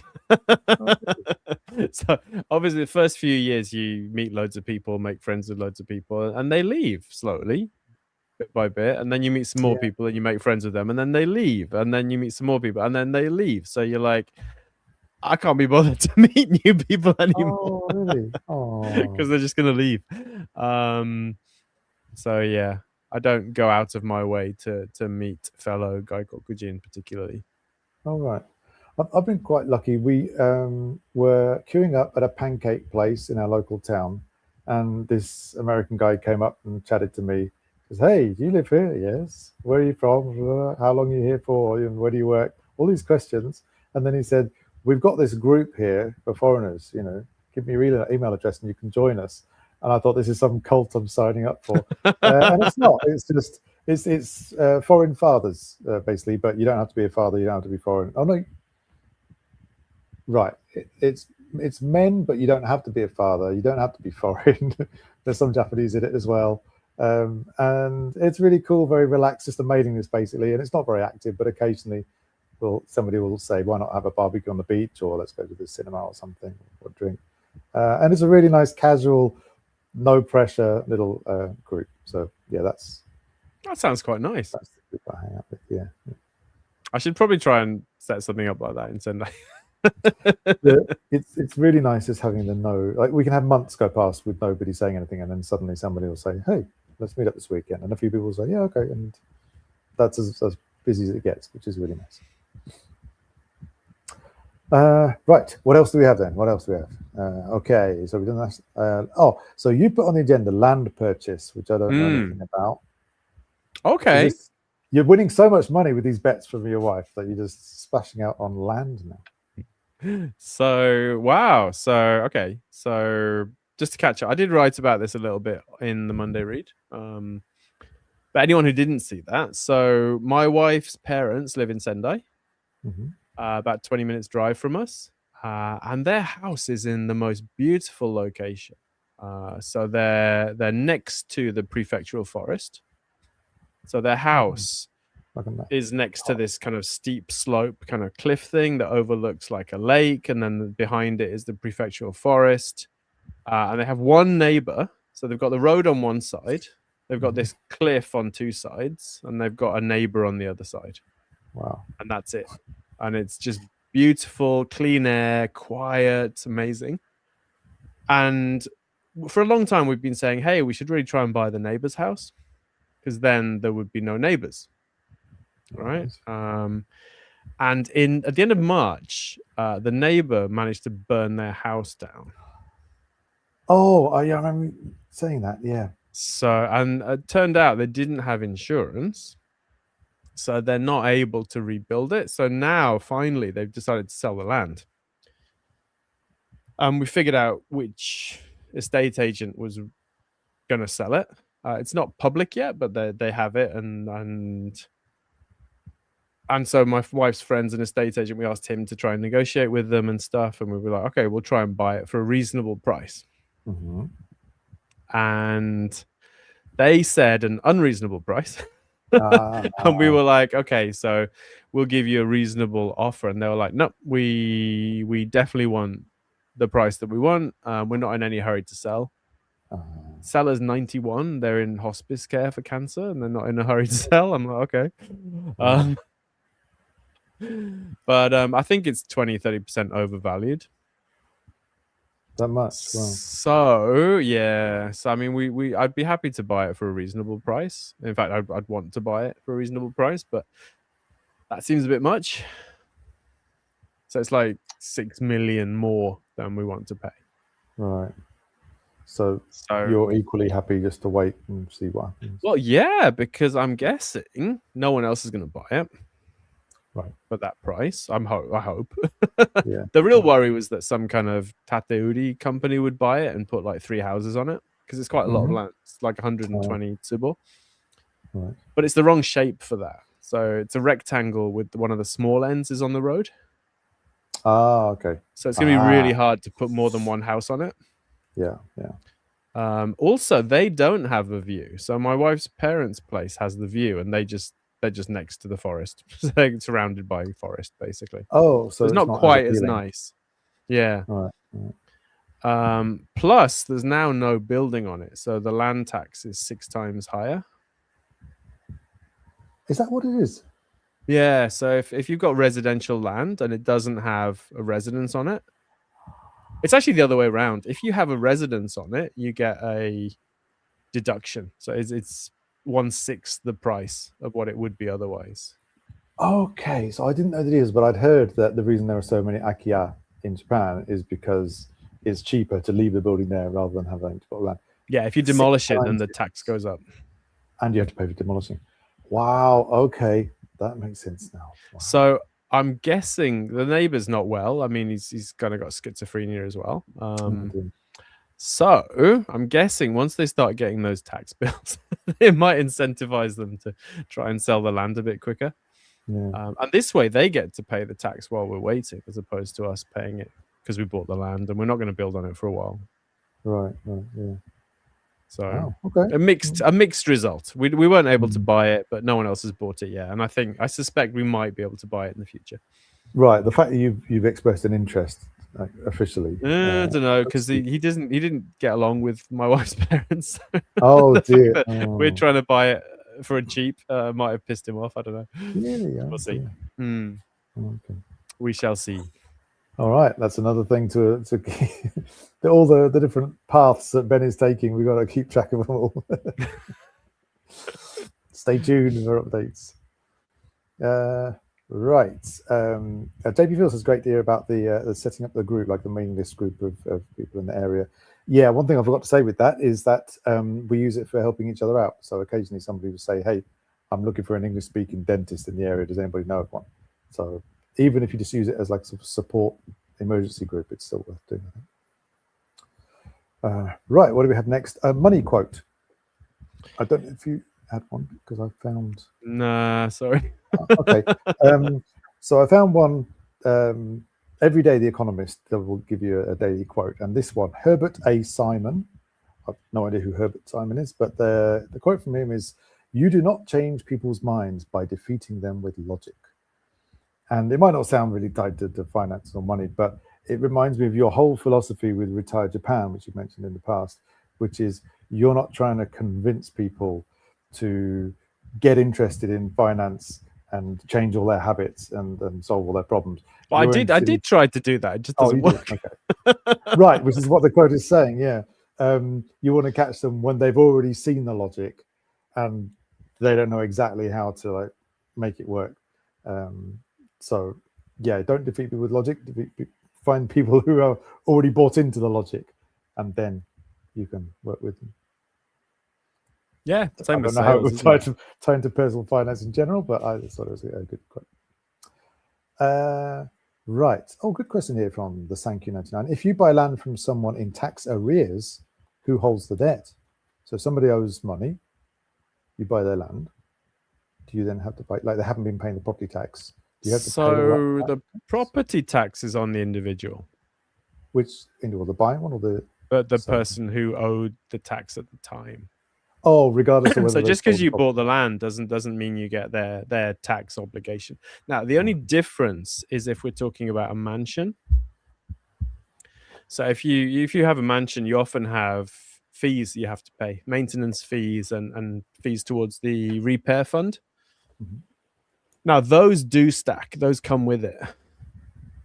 So if the previous owner hadn't been paying the fees and you buy the building off them, you are responsible for the old fees. Right. So property taxes, no, because the person owes the tax. It doesn't matter if they then sell the asset; they still owe the tax. But for a mansion, those fees stack up, and often you'll see mansions that are basically free because they have these big debts attached to them. Okay. Especially the kind of resorts, kind of besso kind of things. Oh, yeah, man, that's why. Yes, I've seen some of those dirt cheap. That makes sense. Okay. So when you're browsing property and you see it really cheap, there might be a good reason for it. It's part of discovery, so it's something that you need to check out. If you're buying a mansion, you need to take a look at how healthy the admin has been. If they've been collecting fees, if they have a decent repair fund and stuff like that. Right. Good question. Thank you again. Right, the news. We have a few news topics to talk about. The first one was something just announced this week, I think. JAL Airlines, or Japan Airlines, and Marriott Hotel Group, Marriott Bonvoy, announced a sort of a point status tie-up relationship where if you are a member of either or both, actually, you can register your accounts sort of so You can link them, link your accounts. And then if you have status in either of them, that will give you a boost in the other one. Now, I've got a link for this, and let me see if I can explain what you get. So let's say you are a Marriott Bonvoy member, and you might actually have this through a credit card, for example. Depending on your level of eliteness, or even if you're not elite, you will get fly-on points when you link it to your JAL Mileage Bank account. A sample, if you have no status at all, you will still get 2,000 fly-on points. If you have Platinum Elite, which I think is given to the Marriott Bonvoy American Express credit card, you'll get 20,000. If you have above that, Titanium or Ambassador, then you will get not only a bigger number of fly-on points, but you'll automatically get Crystal level status on JAL, which I think is their first proper levels. Yeah. The other way around, if you are a member of the JAL Mileage Bank and you don't have any status at all, then you will get, if you stay for 6 nights in a Marriott Bonvoy hotel, then you will get Silver Elite. So that's fewer nights than you would normally need. And it basically goes up like that. If you're Crystal, Sapphire, you will then get to a higher level of Marriott Elite status faster. And going down to Diamond Metal, if you're one of the very few people Diamond Metal, then they will give you Gold Elite straight away, and then they will boost you up to Platinum for just 10 nights a year, or within 6 months, which is less than you normally need. So yeah, but on either side, it's just like a faster way to get status in the other one if you link the 2 accounts. Basically, it's free stuff. So I do have Platinum with Marriott. I linked my account yesterday. It took about 30 seconds. I was quite impressed with the account linking process. And yeah, you get 20,000 fly-on points, which is very nice. That really helps if you fly at all and you want to get to one of those status levels. So fly-on points are different to miles. If you want to get a flight, and I don't know about you, but I find JAL miles much easier to use on domestic flights. You can use them pretty much any day. Same with ANA, yeah. Oh, is it? But for international ones, availability is really difficult to find. So because you're not high enough status, Daniel. Yeah, probably, because I don't have any status. You're not a diamond. You're not a metal diamond, are you? Metal diamond, yeah, rock. So the fly-on points are different. You can't use them for getting free flights, but they contribute towards the status level, I think, for within a year. So you need so many fly-on points within a year to get to the next status level. I put the link there in the comments, and I think so. ANA has a similar tie-up with IHG, International Hotel Group, I think that stands for. And just to be fair, I have a link to that as well. I don't really know the details, but I imagine it's similar. It's not. It's not. So basically, ANA used to have the license to run IHG in Japan, so that's why it's ANA Continental, whatever. Okay. But yeah, it's basically you might get some more miles or something. It's pretty minor for the ANA. Oh, really? Okay. So the Marriott JAL one is definitely the most useful of the 2. Yeah. It's. Okay. I was quite surprised to see that it was substantial. Yeah. Okay, well, that's good to know. Right, one other piece of news here for people who earn money in Japan. I won't say the target person just yet, but they are strengthening tax rules next year, 2027 financial year. And above a certain level of income, they will look at all your income and calculate 30% of it. And that's like sort of like a temporary, let's put that on hold to one side. Okay, that's your 30% rate. Okay, then you do your tax calculation as normal, and maybe you've got some reduction because of Furusate Nose, the hometown tax or something like that. You calculate your tax there, and above a certain level of income, okay, if the regular sort of tax that you're due to pay is less than this 30% calculation, they'll shift you up to that 30%. That becomes the floor, basically, of what you have to pay. So you get a minimum tax rate, basically. Yes, it's like a flat rate if you are above a certain threshold of income. And what's the certain threshold, Daniel? I misread slightly. I panicked. It's 165 million yen, and I'm not very good at adding on the zeros. And it turns out that's was it $1 million roughly, or just under? So 1 6,500 man yen. So if your annual income is more than that, then you're going to pay more tax in the future. Right. So if anyone's listening to the show and in that tax category. Yeah. So the cost of a very Let us know nice in the comments apartment in the center of Tokyo or something. If your salary is still more than that, then you might. They brought it down. So it used to be 330 million yen, and from next year they're reducing that down to 165. And then the rate, that minimum sort of floor rate, used to be 22.5%, but now they're shifting it up to 30%. But yeah, please don't panic, because it probably won't apply to you. If it does, you can pay your tax accountant to sort it out and tell you all about it. Definitely.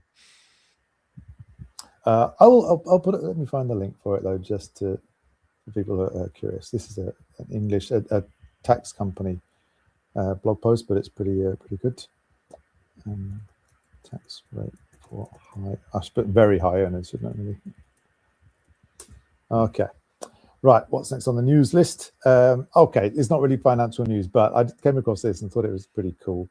If you are interested in going to the theatre in Japan, you may have heard of the Shiki Theatre. It's the one that has the logo, like multicolored logo, and it stands for Four Seasons. So the Four Seasons Theatre Group. They have theatres in Tokyo, Nagoya, Kyoto, possibly elsewhere. And they do all the big productions, a lot of Disney stuff. At the moment, what have they got? They've got Frozen, Lion King, Aladdin, Little Mermaid, Phantom of the Opera, that's in Nagoya, Hunchback of Notre Dame in Osaka. I'm sure you've seen the posters on the trains. Anyway, hang on, let me put the link first. I'm spelling it the British way. And their shows are in Japanese. Obviously, it's musical. You're probably going to understand it anyway. But you know, they're speaking all the singing is in Japanese. So, what if you want to fully understand everything? Well, you can get their glasses, and if you scroll down, if you're able to see the link that I just put in the comments, scroll down. Services for guests is the name of the section, and they've got subtitle glasses, and they look like really heavy, chunky, smart glasses with sort of like little, like a head-up display, I think it is, on the inside. And they will show subtitles inside those glasses as you're watching the show. I think it's really cool. They've actually got a photo as well of what it looks like, and it's just like little white subtitles, just like you would see in a film whilst you're watching the show. But that's really cool. Yeah. The only downside is it's not available for all shows.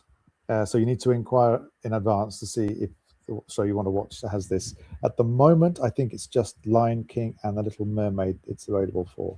But still. Such Japanese culture. Yeah.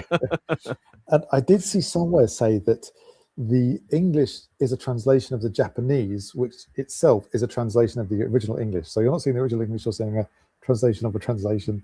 But hey, it looks like cool tech to me.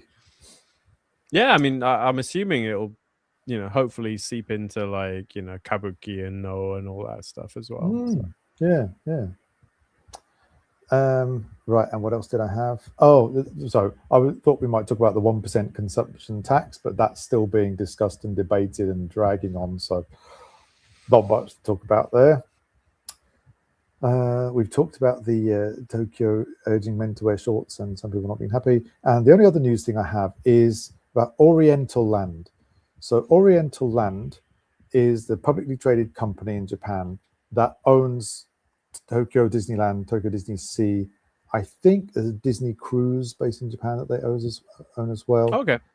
So yeah, if you want to buy so-called shares in Disney, Disney Japan is different to Disney US, and so you would buy shares in Oriental Land, and that gives you effectively Japan Disney shares. They have quite a popular shareholder benefit. It's called Kabunushi Yutai in Japanese, and that is a one-day passport for either Tokyo Disneyland or Disney Sea, but you need a lot of shares. I think the minimum is 500, or is it 400? I think it's 500 shares, which at the moment it's about, what is it, 500 times Niman Hasayen, is it? Oh no, Nisen, 30, 150 man yen, which is, well, 15 and lots of zeros. I'm sorry, I have trouble converting the Japanese numbers to English numbers. It's 2,600 a share. Yeah. Oh, it's a bit less than that then. So it's about 1.5 million, isn't it? 1.5 million. Right, yeah, so a bit less than 1.5 million, right, which is a lot. And they want more people to own shares. Maybe they just want quickly get a bit of money, I don't know. But one time only, the cutoff is the end of this coming September. And if you buy, it might be the 26th of September, I think. But if you buy shares by then through your usual, SBI account, Rakuten Shoken account or whatever, if you only hold 100 shares in Oriental Land, they will still give you a one-day Disney passport, Disneyland or Disney Sea. As a one-off? So normally, So normally you'd have to have 500. If you have 1,000, I think they do it twice a year. But anyway, one time only, just own 100 shares by the end of September, and then, or at that one point in September, on the day of the 26th or whatever, you need to check. Then, so you're going to pay 260,000 yen in order to get a 12,000 yen passport? Yes, I think the value of it depends. So if you go on a weekday, it's going to be 8,000 yen or something. If you go on the weekend, it will have a value of 12,000. Yeah, roughly, yeah, around that. Someone once described Kabunushi Yutai as a way to persuade people that don't understand investing to buy stocks. Possible. I'm going to see if I can find a link for it. So yeah, we're not saying it's good value or not. I'm saying it's not good value. Okay. I'm just going to go out and say that. Okay then. Here we go. It sounds like they're trying to goose the stock price for some reason. Yeah. It's actually possibly there's some kind of performance related bonus for management if the stock price is at a certain rate by September. Okay, so it's Oriental Land, but the official page says OLC Group. So if you're doing a search, look for either OLC or Oriental Land. I do not hold shares in Oriental It's 4661, the stock ticker. Okay, 4661. Thank you. Yeah. Personally, I thought about it. I looked at it. The price to book ratio, which is sort of effectively, it's like the value of all the physical stuff. If the company had no other value and you had to sell off the buildings and the chairs and desks and everything, that's roughly what it would be worth. The current share price or the market value is about 6 times that, which for my personal investing strategy is too high. But take a look at it, do your own research, and I'm only mentioning because so it's much of their value is the intellectual property, right? Right, the brand and the IP. Yeah. So I know it's very popular and people are talking about it at the moment. So there you go. Right, that's the news. We did the news. No, it's not, because I want to talk about Tokyo Electron. Oh, I beg your pardon. Right, yes. Yeah, I haven't heard about this. So Tokyo Electron is a Japanese company that also, as part of their business, does like semiconductors and material stuff. And my son-in-law works there. So my wife, a couple of years ago, started saying, I want to buy. I run my wife's account because she can't be bothered to. But and she said, I want to buy shares in Tokyo Electron because our son-in-law works there. And I was like, that is not a good reason to buy a stock. Oh, come on. Where's your heart, Ben? Come on. And she was like, I still want to buy shares in Tokyo Electron. I was like, look, shares in Tokyo Electron right now, all-time high. So that's not a good idea. And then they had that little crash. Like there was a little bit of a dip. So I was like, fine, I will buy your damn shares, because there was a dip. So I bought them. and they're up a ridiculous amount of money now. So my wife's very Really? smug about that. Yeah. When was this? What sort of time was this then? You bought? So we bought them at 20,000. Like 2 years ago, was it? Something like that, yeah. I And see. now Okay. they're worth 65. They were actually a bit higher last week. So they're worth 65 now. Wow. So tripled, more than tripled their money. Yes, it's plus 200. It used to, yeah, it was a bit higher than that last week, but yeah, so it's become a substantial amount of money. And I see on my Rakuten account that they're going to do a 1-for-5 split in September. Oh. Which normally is going to push the share price up. Right. Wouldn't that have happened already though at the time they announced it? No, because it doesn't materially change the price of the shares. But one share becomes 5. So instead of 65,000 yen, it's going to cost 12,000 yen to buy a share, which makes it easier for people to buy them. So people that maybe couldn't afford to buy them for 65,000 yen will now buy them for 12,000 yen. Oh, I see. And that could possibly push the. So yeah, it's yeah. My wife is now convinced that she's a genius investor and I'm an idiot for being an index kind of guy. I'm completely on your wife's side here. That's it. She's proved it, basically. You can't argue with the numbers there. Right? Clearly, we should have bought more Tokyo Electron stock. Yeah. Why are you running this account? There you go. I'll put the Tokyo Electron investor page.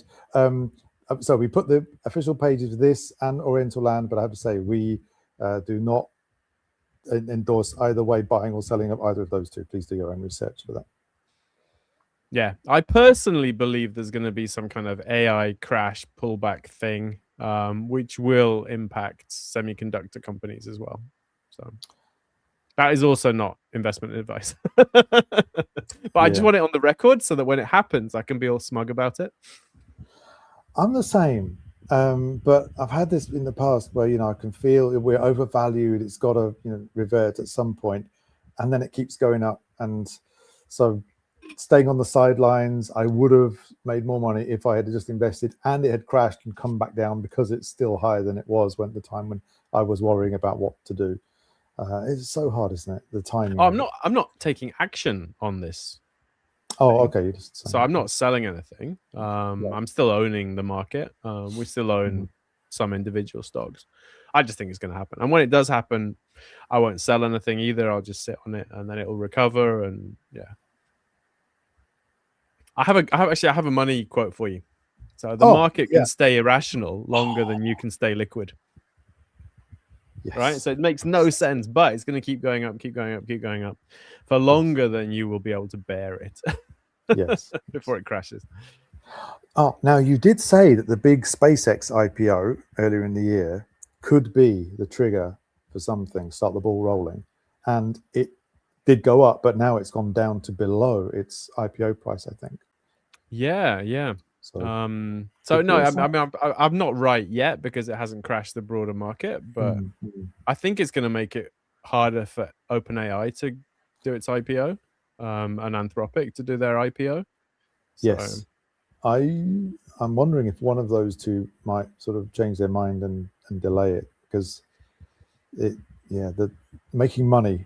I think people can see through that.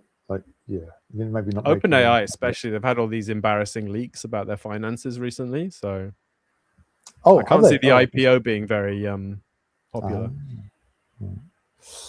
Yeah, and I think they've taken on much more debt than Anthropic.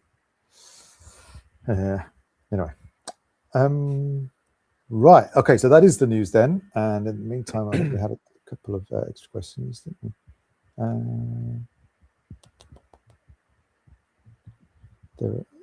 Where are we now? RetireJapan. Oh, we've got questions about buying land. If you buy land from some, we did that one. I beg your pardon. Sorry.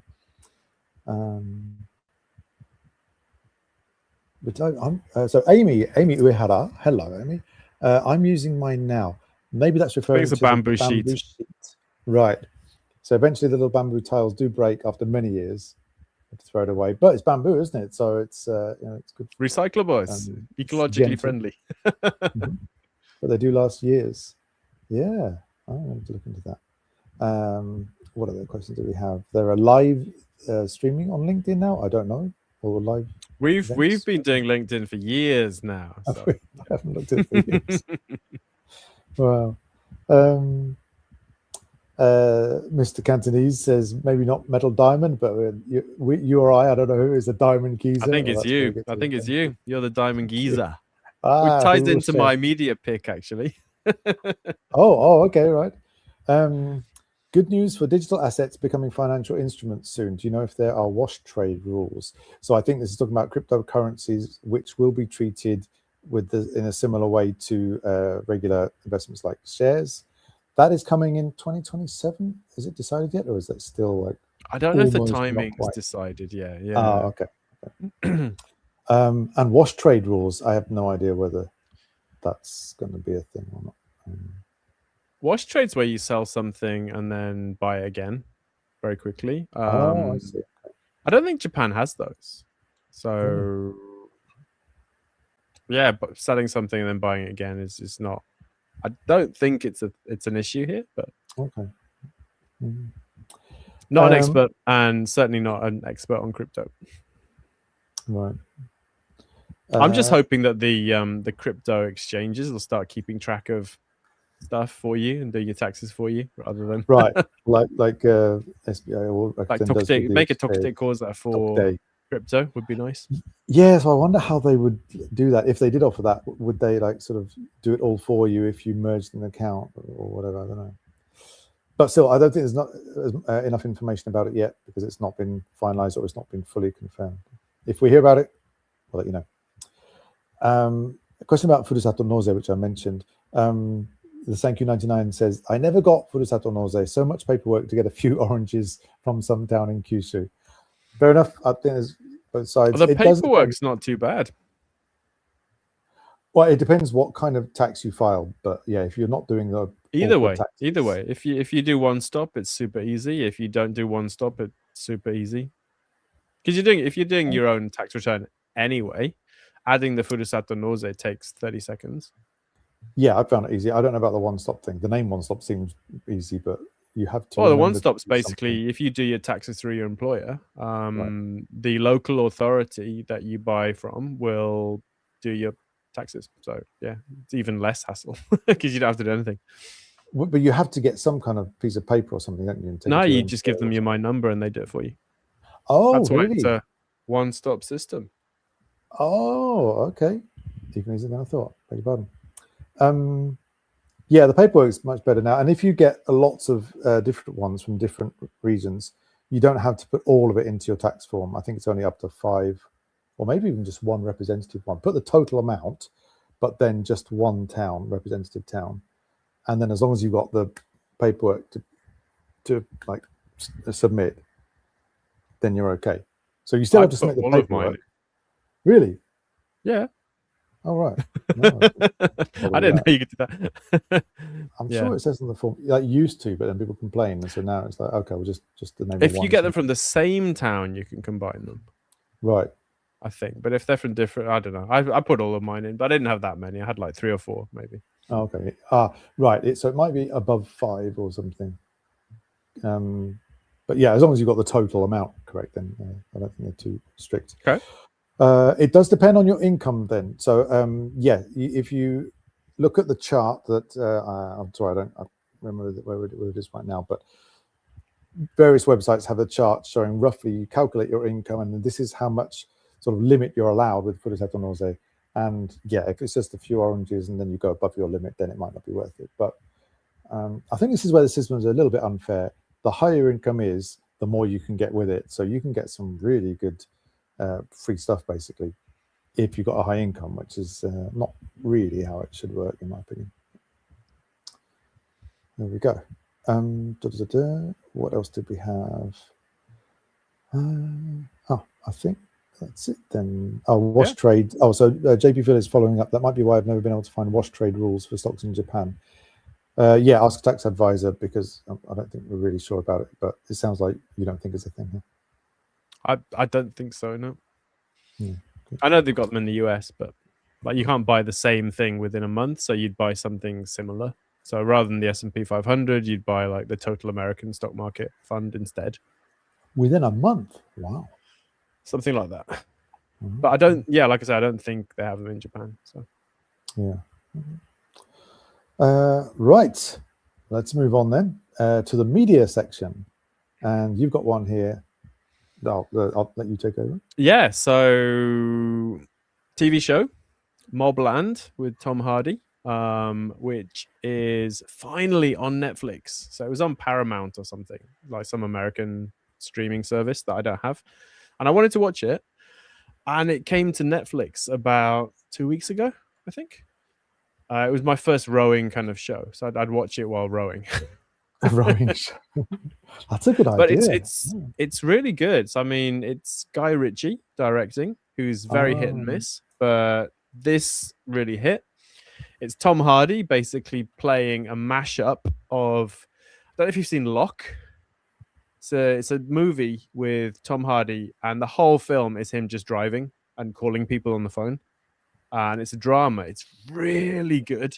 So it's basically this guy. He's like a construction supervisor, and he has to leave his work site to go and take care of something personal. And then stuff starts going wrong at the work site, and then his personal stuff starts going wrong as well. And he's just talking to everyone on the phone trying to fix it, and it's amazing. It's really good. And the whole film is just him driving at night in a car.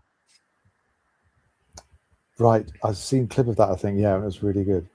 It's really good. So Mobland, his character in Mobland is like half that and half the Cray twins, which is another role he's played. And it's not perfect. Like, there's a couple of things I didn't like about it, but it's really good at ramping up the tension and surprising you. And it's just amazing. 10 episodes, 1 hour each. And if that sounds like your kind of thing, Guy Ritchie directing, Tom Hardy, Pierce Brosnan's in it. Helen Mirren is in it as the scariest old woman ever. Wow, really? Yeah. She's having the time of her life, you can tell, because this is so different to what she normally does. You know, she's the queen and stuff, and now she's like this evil Irish person. Really? Yeah. So yeah, fantastic watch if that sounds interesting to you. Okay. I'm afraid it's not my kind of thing. But it is quite violent. Yeah, if you don't like violence, then yeah, that's not for me. That's not for me. Okay, so my non-violent media recommendation is a Japanese one. If you want to practice your Japanese, it's Netflix as well, and it's called Woman, which would not normally be my choice. Let me put this out. TV drama on Netflix. Okay, so my wife's choice. So she started watching it, and okay, I'll just like watch it out of the corner of my eye, and I ended up getting pretty hooked. It's quite serious. It's about a single mother in Japan, and her sort of personal tale. But there's the acting. I really enjoy watching good acting, like regardless of the topic, and very, very good. The main actress, it's actually from 2013. It was on TV at the time, and now it's on Netflix. And her name is with the kanji. It's Mitsushima Hikari. So you might recognize her. She's been in several other dramas. Popular Japanese actress. Oh, she was so good, so natural. The reason my wife wanted to watch it is because she's really recently getting into the script writer. And so the script writer is a guy called, what's that? Sakamoto something. Sorry, I can't read the personal name. Sakamoto Yuji. And so, she's a fan of this script writer. And the script writing is very good. There's quite a lot of long dialogue in it. And it's very, very well done, very, very natural. That actress is brilliant. And there's 2 kids in it. And halfway through, they change, like sort of an older version of the kids. But the children's acting is so good. I don't know how they got this little 3-4-year-old to not just sit still during the long talking bits, but just a little, be fiddling with her hair or something like that. And she would react totally in a sort of motherly way. A very, very good, very, very good film. But if you're into realistic human drama, I recommend that. Awesome. And good for practicing your Japanese as well. Might be my next rowing rowing show. Yeah, it's good. So a couple of comments on that. We've got Helen Mirren was good in Red, said Mr. Cantonese. Red? I don't know. Oh yeah, she was also having fun in that, I think. Red's a kind of spy film with like Bruce Willis and stuff. It's like retired. It's like retired, spies kind of comedy action thing. Okay. Oh, that sounds more my kind of thing. All right, Red. Thank you. Good tip there. What else do we have? John Malkovich, I think, was in it as well. Like, right. Okay. Yeah. They're obviously having fun. Yeah. So non-media questions here. We got Kelly asking, what do we miss the most from our home country? For Kelly, it's the landscape and the food. I think Canada, they said. I love it here in Japan, but it's what you grow up with. Yeah, sure. What food do you miss? What about you, Ben? Nothing. I'm quite happy. Well, I'm always interested. Where would you say your home country is, like in your heart? Because you spent a lot of time in Spain, didn't you? Yeah, so born in Germany, grew up in Spain, went to school in England, lived here forever. Yeah, don't have one. Third culture kid, basically. So no home country, but quite comfortable anywhere. Right. I'm but born and raised in Britain, and I miss things like Marmite. Oh no, I don't miss it actually, because we've got a jar downstairs. But yeah, there's like the typical stuff: Marmite jar downstairs, Weetabix got a box downstairs, baked beans. I don't know if I've eaten the baked beans actually, but yeah, things like that I do try and get hold of if I can. And my wife just can't understand why I would enjoy that stuff, but it's because it's delicious. All right. What do I miss? At this time of year, I miss the long summers outside. It's light until 9-10 o'clock, and it's comfortable without humidity and mosquitoes to have a drink on a terrace. Well, that's changing. Really? So Britain now has humidity and mosquitoes. Really? What? Yeah, you can't go back. Oh no. I miss the North Atlantic actually.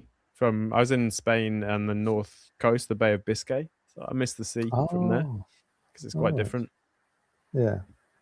I miss the afternoon sports. So I like during the World Cup, for example. I really would have loved to have gone, early evening or whatever, gone to the pub and watched it with friends, but they were on at the stupid time here instead. Time zone is always a difficult challenge for me. Yeah. Amy, I'm sorry, I haven't read this full comment.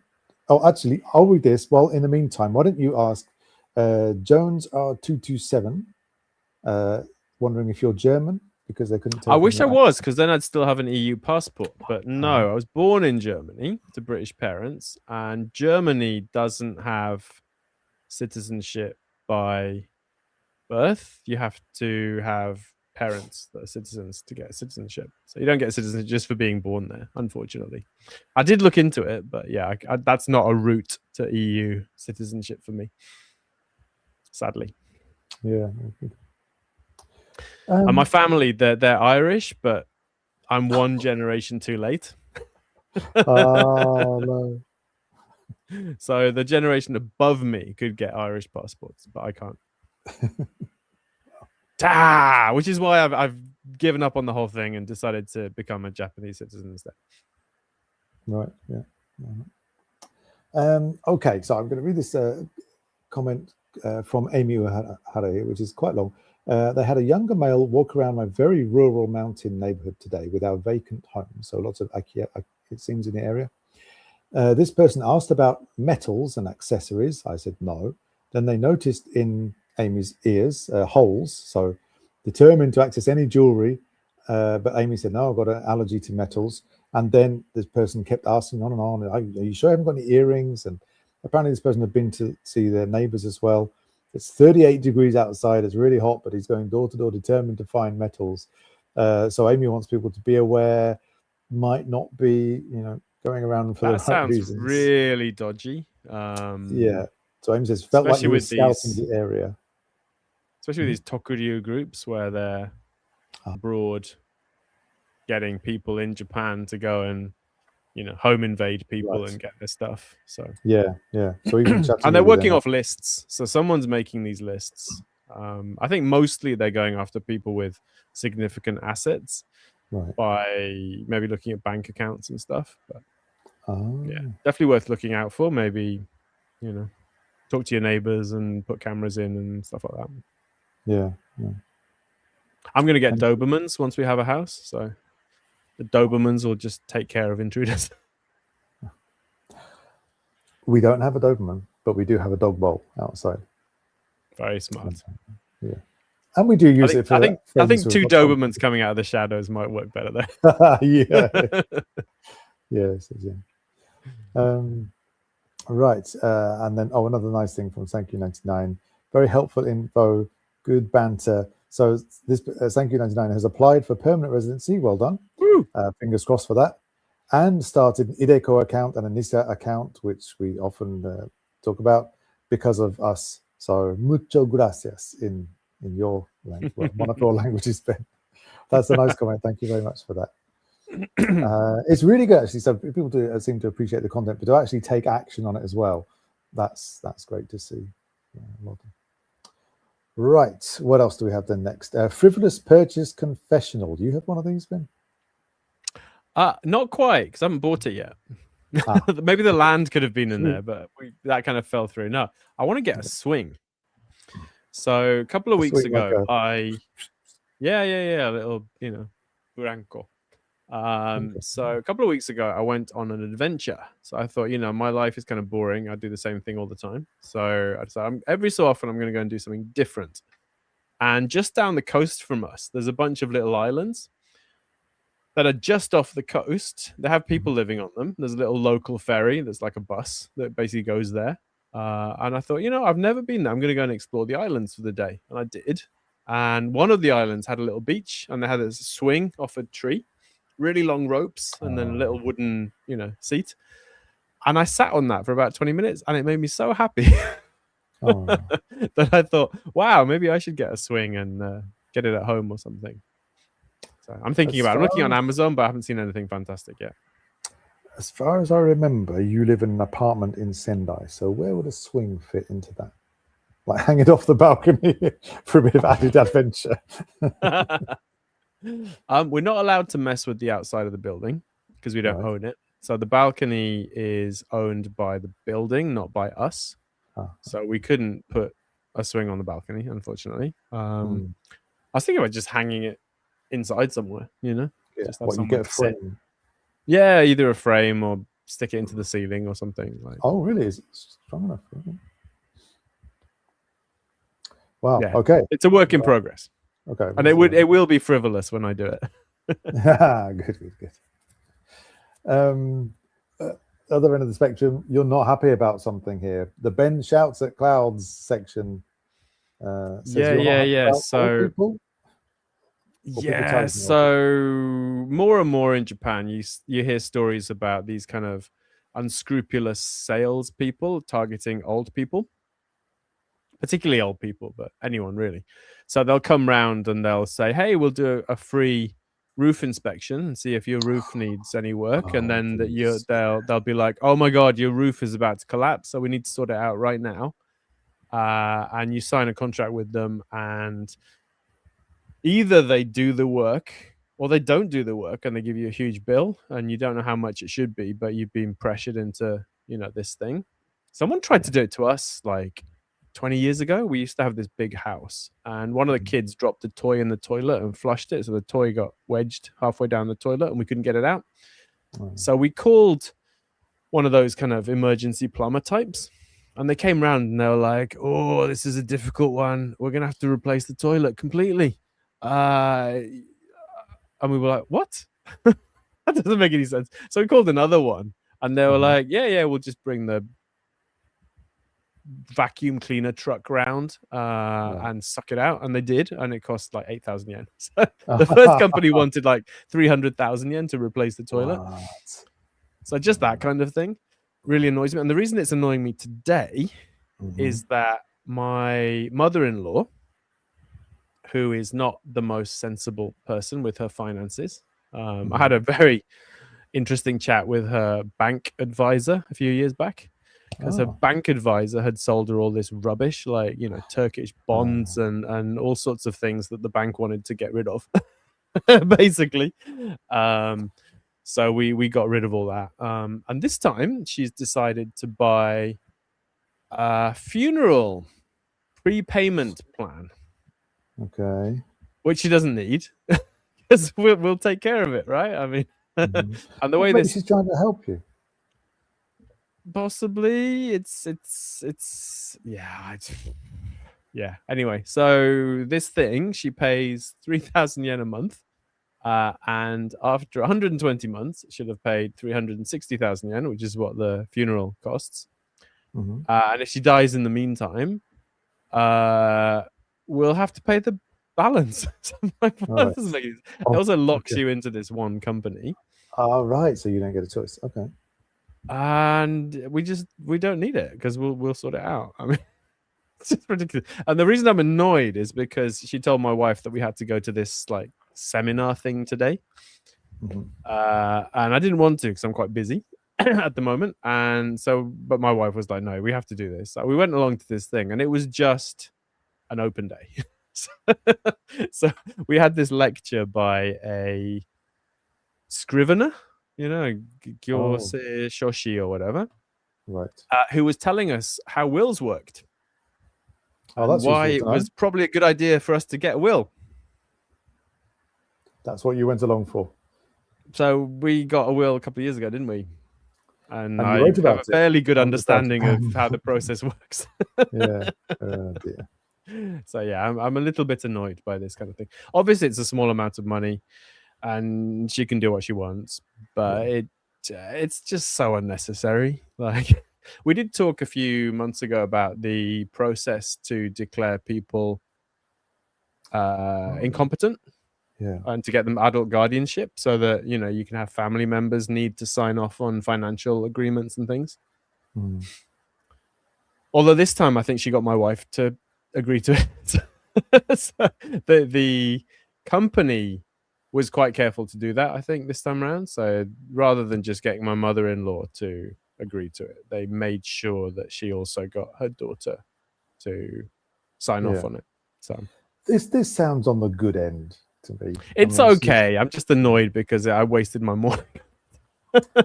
Right, but she's probably feeling good because she's helping out the younger generation and the family, and also, so I saw somewhere that the amount of control you have is linked with how happy you are at work. Apparently, like that feeling of control boosts your sort of motivation and happiness. So A it's kind of another way for her to, self-determination.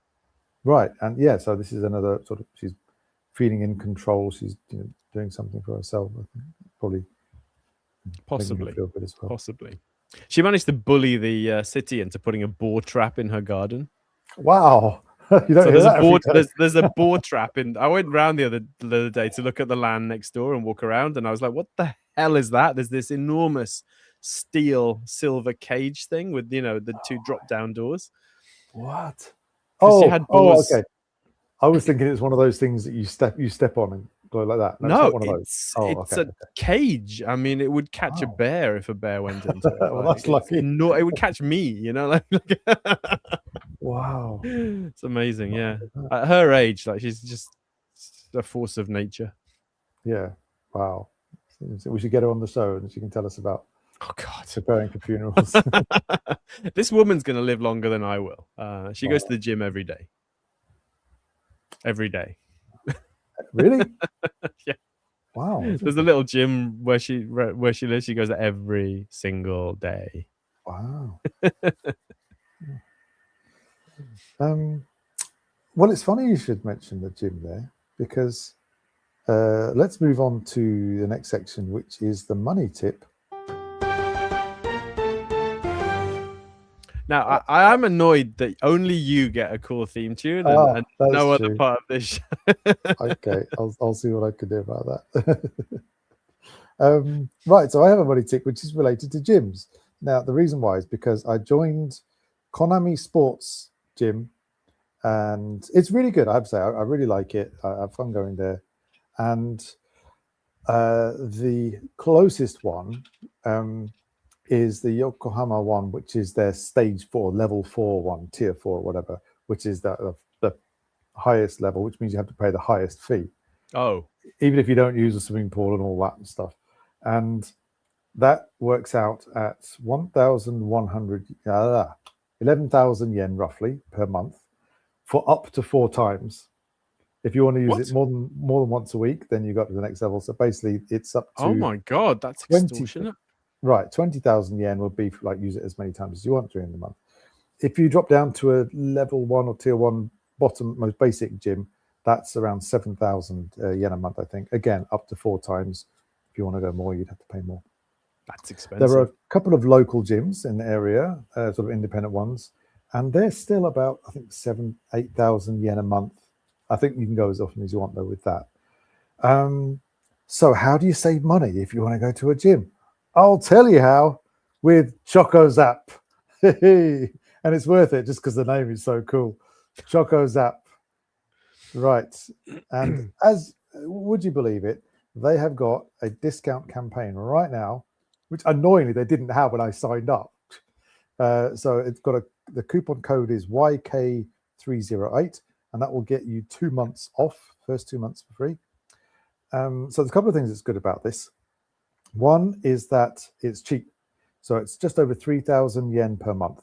It's open 24 hours and you can go whenever you want. And there's quite a lot all around the country. I think you said there are quite a few around you up in Sendai. There's at least 3 in walking distance of where we live. Right. And it kind of looks like a convenience store from the outside. And I suppose the mentality is maybe the same. It's a really basic, convenience store version of a gym. There's no staff in there. There is a phone to speak to an operator if you didn't need anything. But generally, you go in there by getting your, I've got it here actually, the ChocoZap app, and you get a fresh QR code each time. And you just scan that when you go in. Although I can't remember how to do it now. But anyway, you swipe the app to get in, but also to get out as well, which I was surprised at. It's called ChocoZap. Sadly, nothing to do with chocolate, to my disappointment. But it's called Choco because chokotto dake, go to do a workout. So just a little bit. And that's why the logo is like this much. Just do this much of going to the gym. 2 fingers held slightly apart. Yes. And I saw a guy on YouTube. He was testing it out and he said, it's good. They've got facilities in there as well as gym machines. So they've got little booths for whitening your teeth. They've got one of those fat buster. I don't know if it's infrared or whatever it is, a thing that you put on your tummy to get rid of fat. There's a nail hardening machine, and then one other thing which I've forgotten. So sort of fitness extra facility things. He said even if you only use those facilities, it's still worth it. His view of ChocoZap gyms is the kind of gym that you go to if you want to say you go to a gym, and not really for hardcore gym goers. It suits me perfectly. They've got a few machines there. So what have they got? Walk us through the ChocoZap lineup. There were my local one.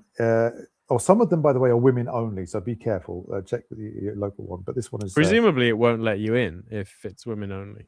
I guess with so, your actually, QR code. Right, yeah, because you do have to specify on the form. Yeah. Also, they're in bright pink as well, so it's quite obvious. So I had 3 or 4 running machines, 3, I think, cycle bike machines. I'm not very good. I don't know the words yet. There was looked like a torture device. It was a Pilates stretchable bench thing with strings and handles. That I don't know what you do with that, but some ladies seem to be enjoying it. One of the bike machines, instead of having handlebars, it's got a flat desk. And so they say you can come and bring your laptop and just cycle whilst you're doing work there, which sounds very cool. Okay. There was the lat pull down machine, but unfortunately it wasn't quite high enough. So I couldn't extend my arms right up. So you're pulling down from about here. There was a chest press. That was a good one. It's the abductor or adductor, and it's for strengthening your inner thighs or outer thighs or something. I won't demonstrate actually because it doesn't look very elegant, but you basically open your legs.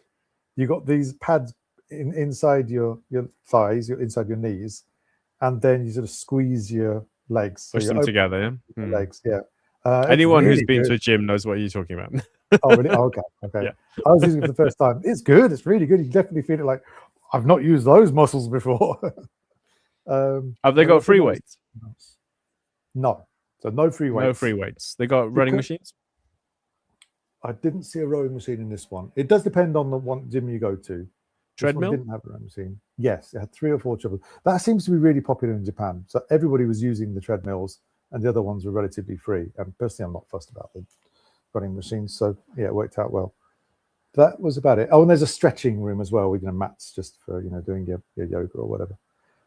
It was really good. If you're not expecting a big fancy gym, then this is a way of having like nice sort of simpler version for a low cost. So 3,000 yen. 3,000 is very cheap. Yeah. And they allow you to pause it. So if you're going away or you think, oh, I'm not going to go over the Christmas season, you can, in the app, you can pause the next month or, for however long, and then restart it when you're ready to go back again. It's pretty cool. And not only that, there's more. When you join, you can pick up the Choco's app starter pack. They're piled up there. They just trust you to only take one. And they give you scales, digital scales, and this little digital thingy. I used to have one of those. They're really good. Thing. Yeah, I won't come on now. Why won't it come on? Well, anyway, so they're both Bluetooth, connect to the Choco's app. So you go on these, and then it records your weight and your heartbeat and stuff, I guess.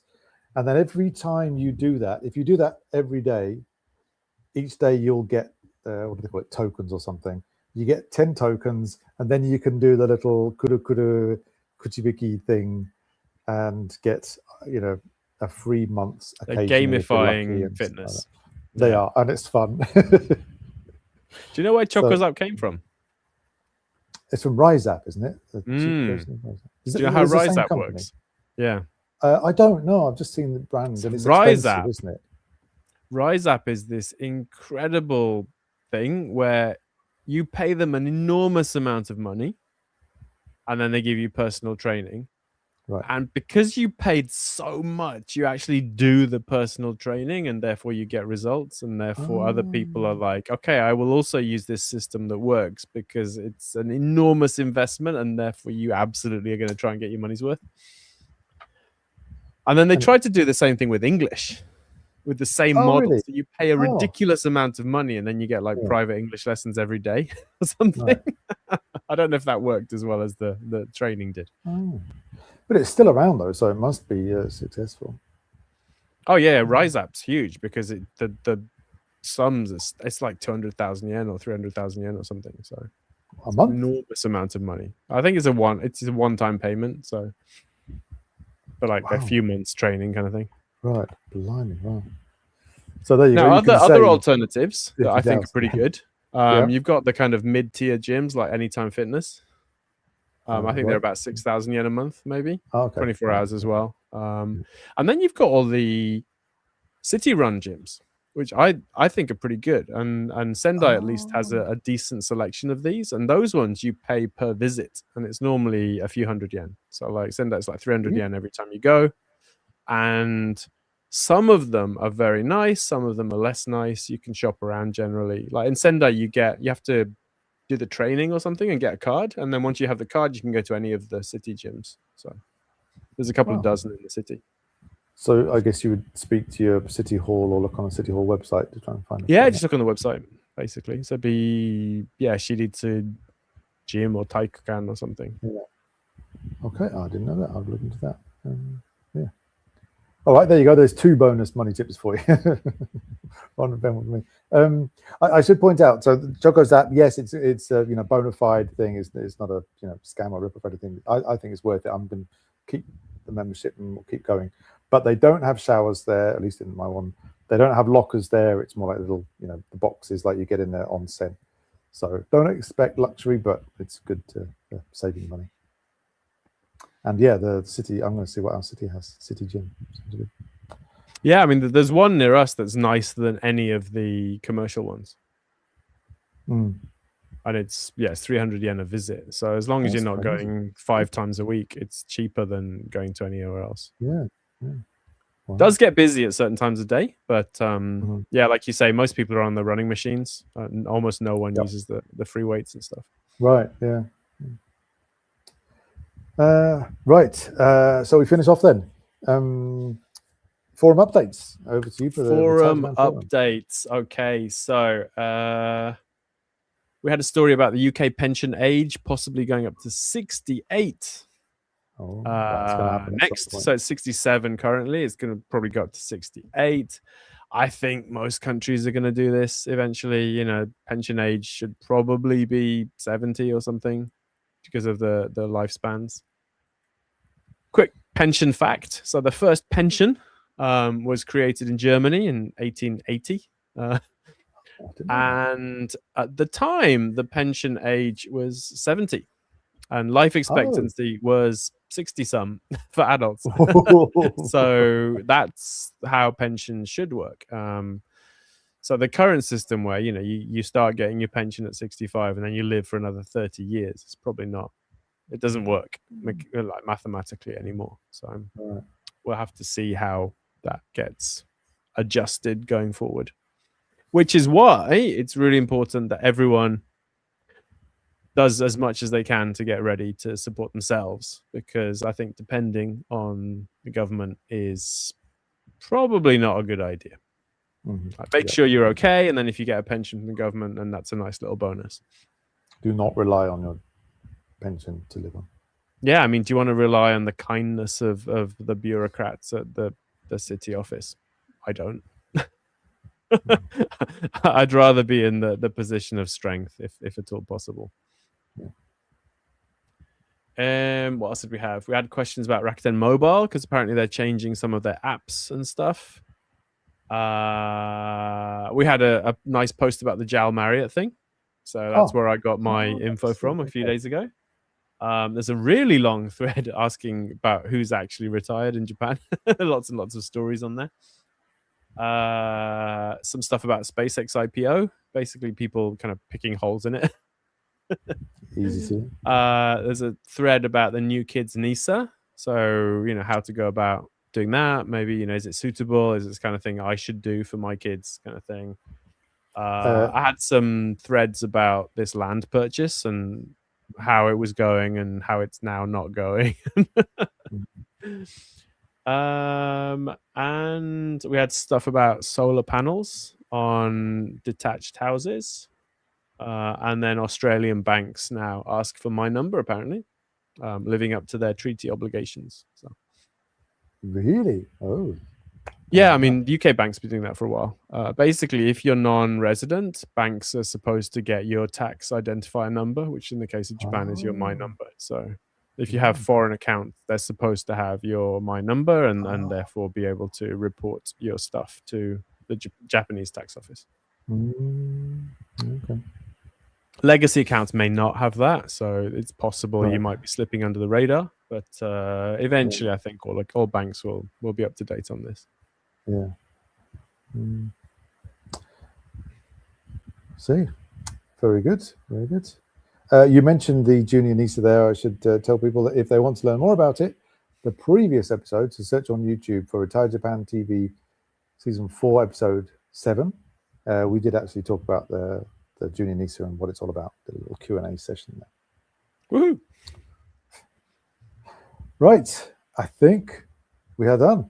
We went over the 2-hour mark a bit there, but hopefully people have found that interesting and entertaining. Awesome. All right. Thanks very much, everyone. Stay cool out there. Have a nice summer. Hopefully, we'll be back in August. So we have 2 potential dates. We haven't narrowed it down yet, but as soon as we do, I'll put that in the Monday read and online. Either August 12th, which is in the middle of Obon, or August 26th, which is at the end of August. One of those 2 dates. We'll hopefully be back. I'm hoping to have a guest, be the first guest we've had in a while, but I'm not sure. Haven't heard back yet. So fingers crossed, and we'll see you in August. Have a great summer. See you on the other side. Yep. Stay cool. Bye.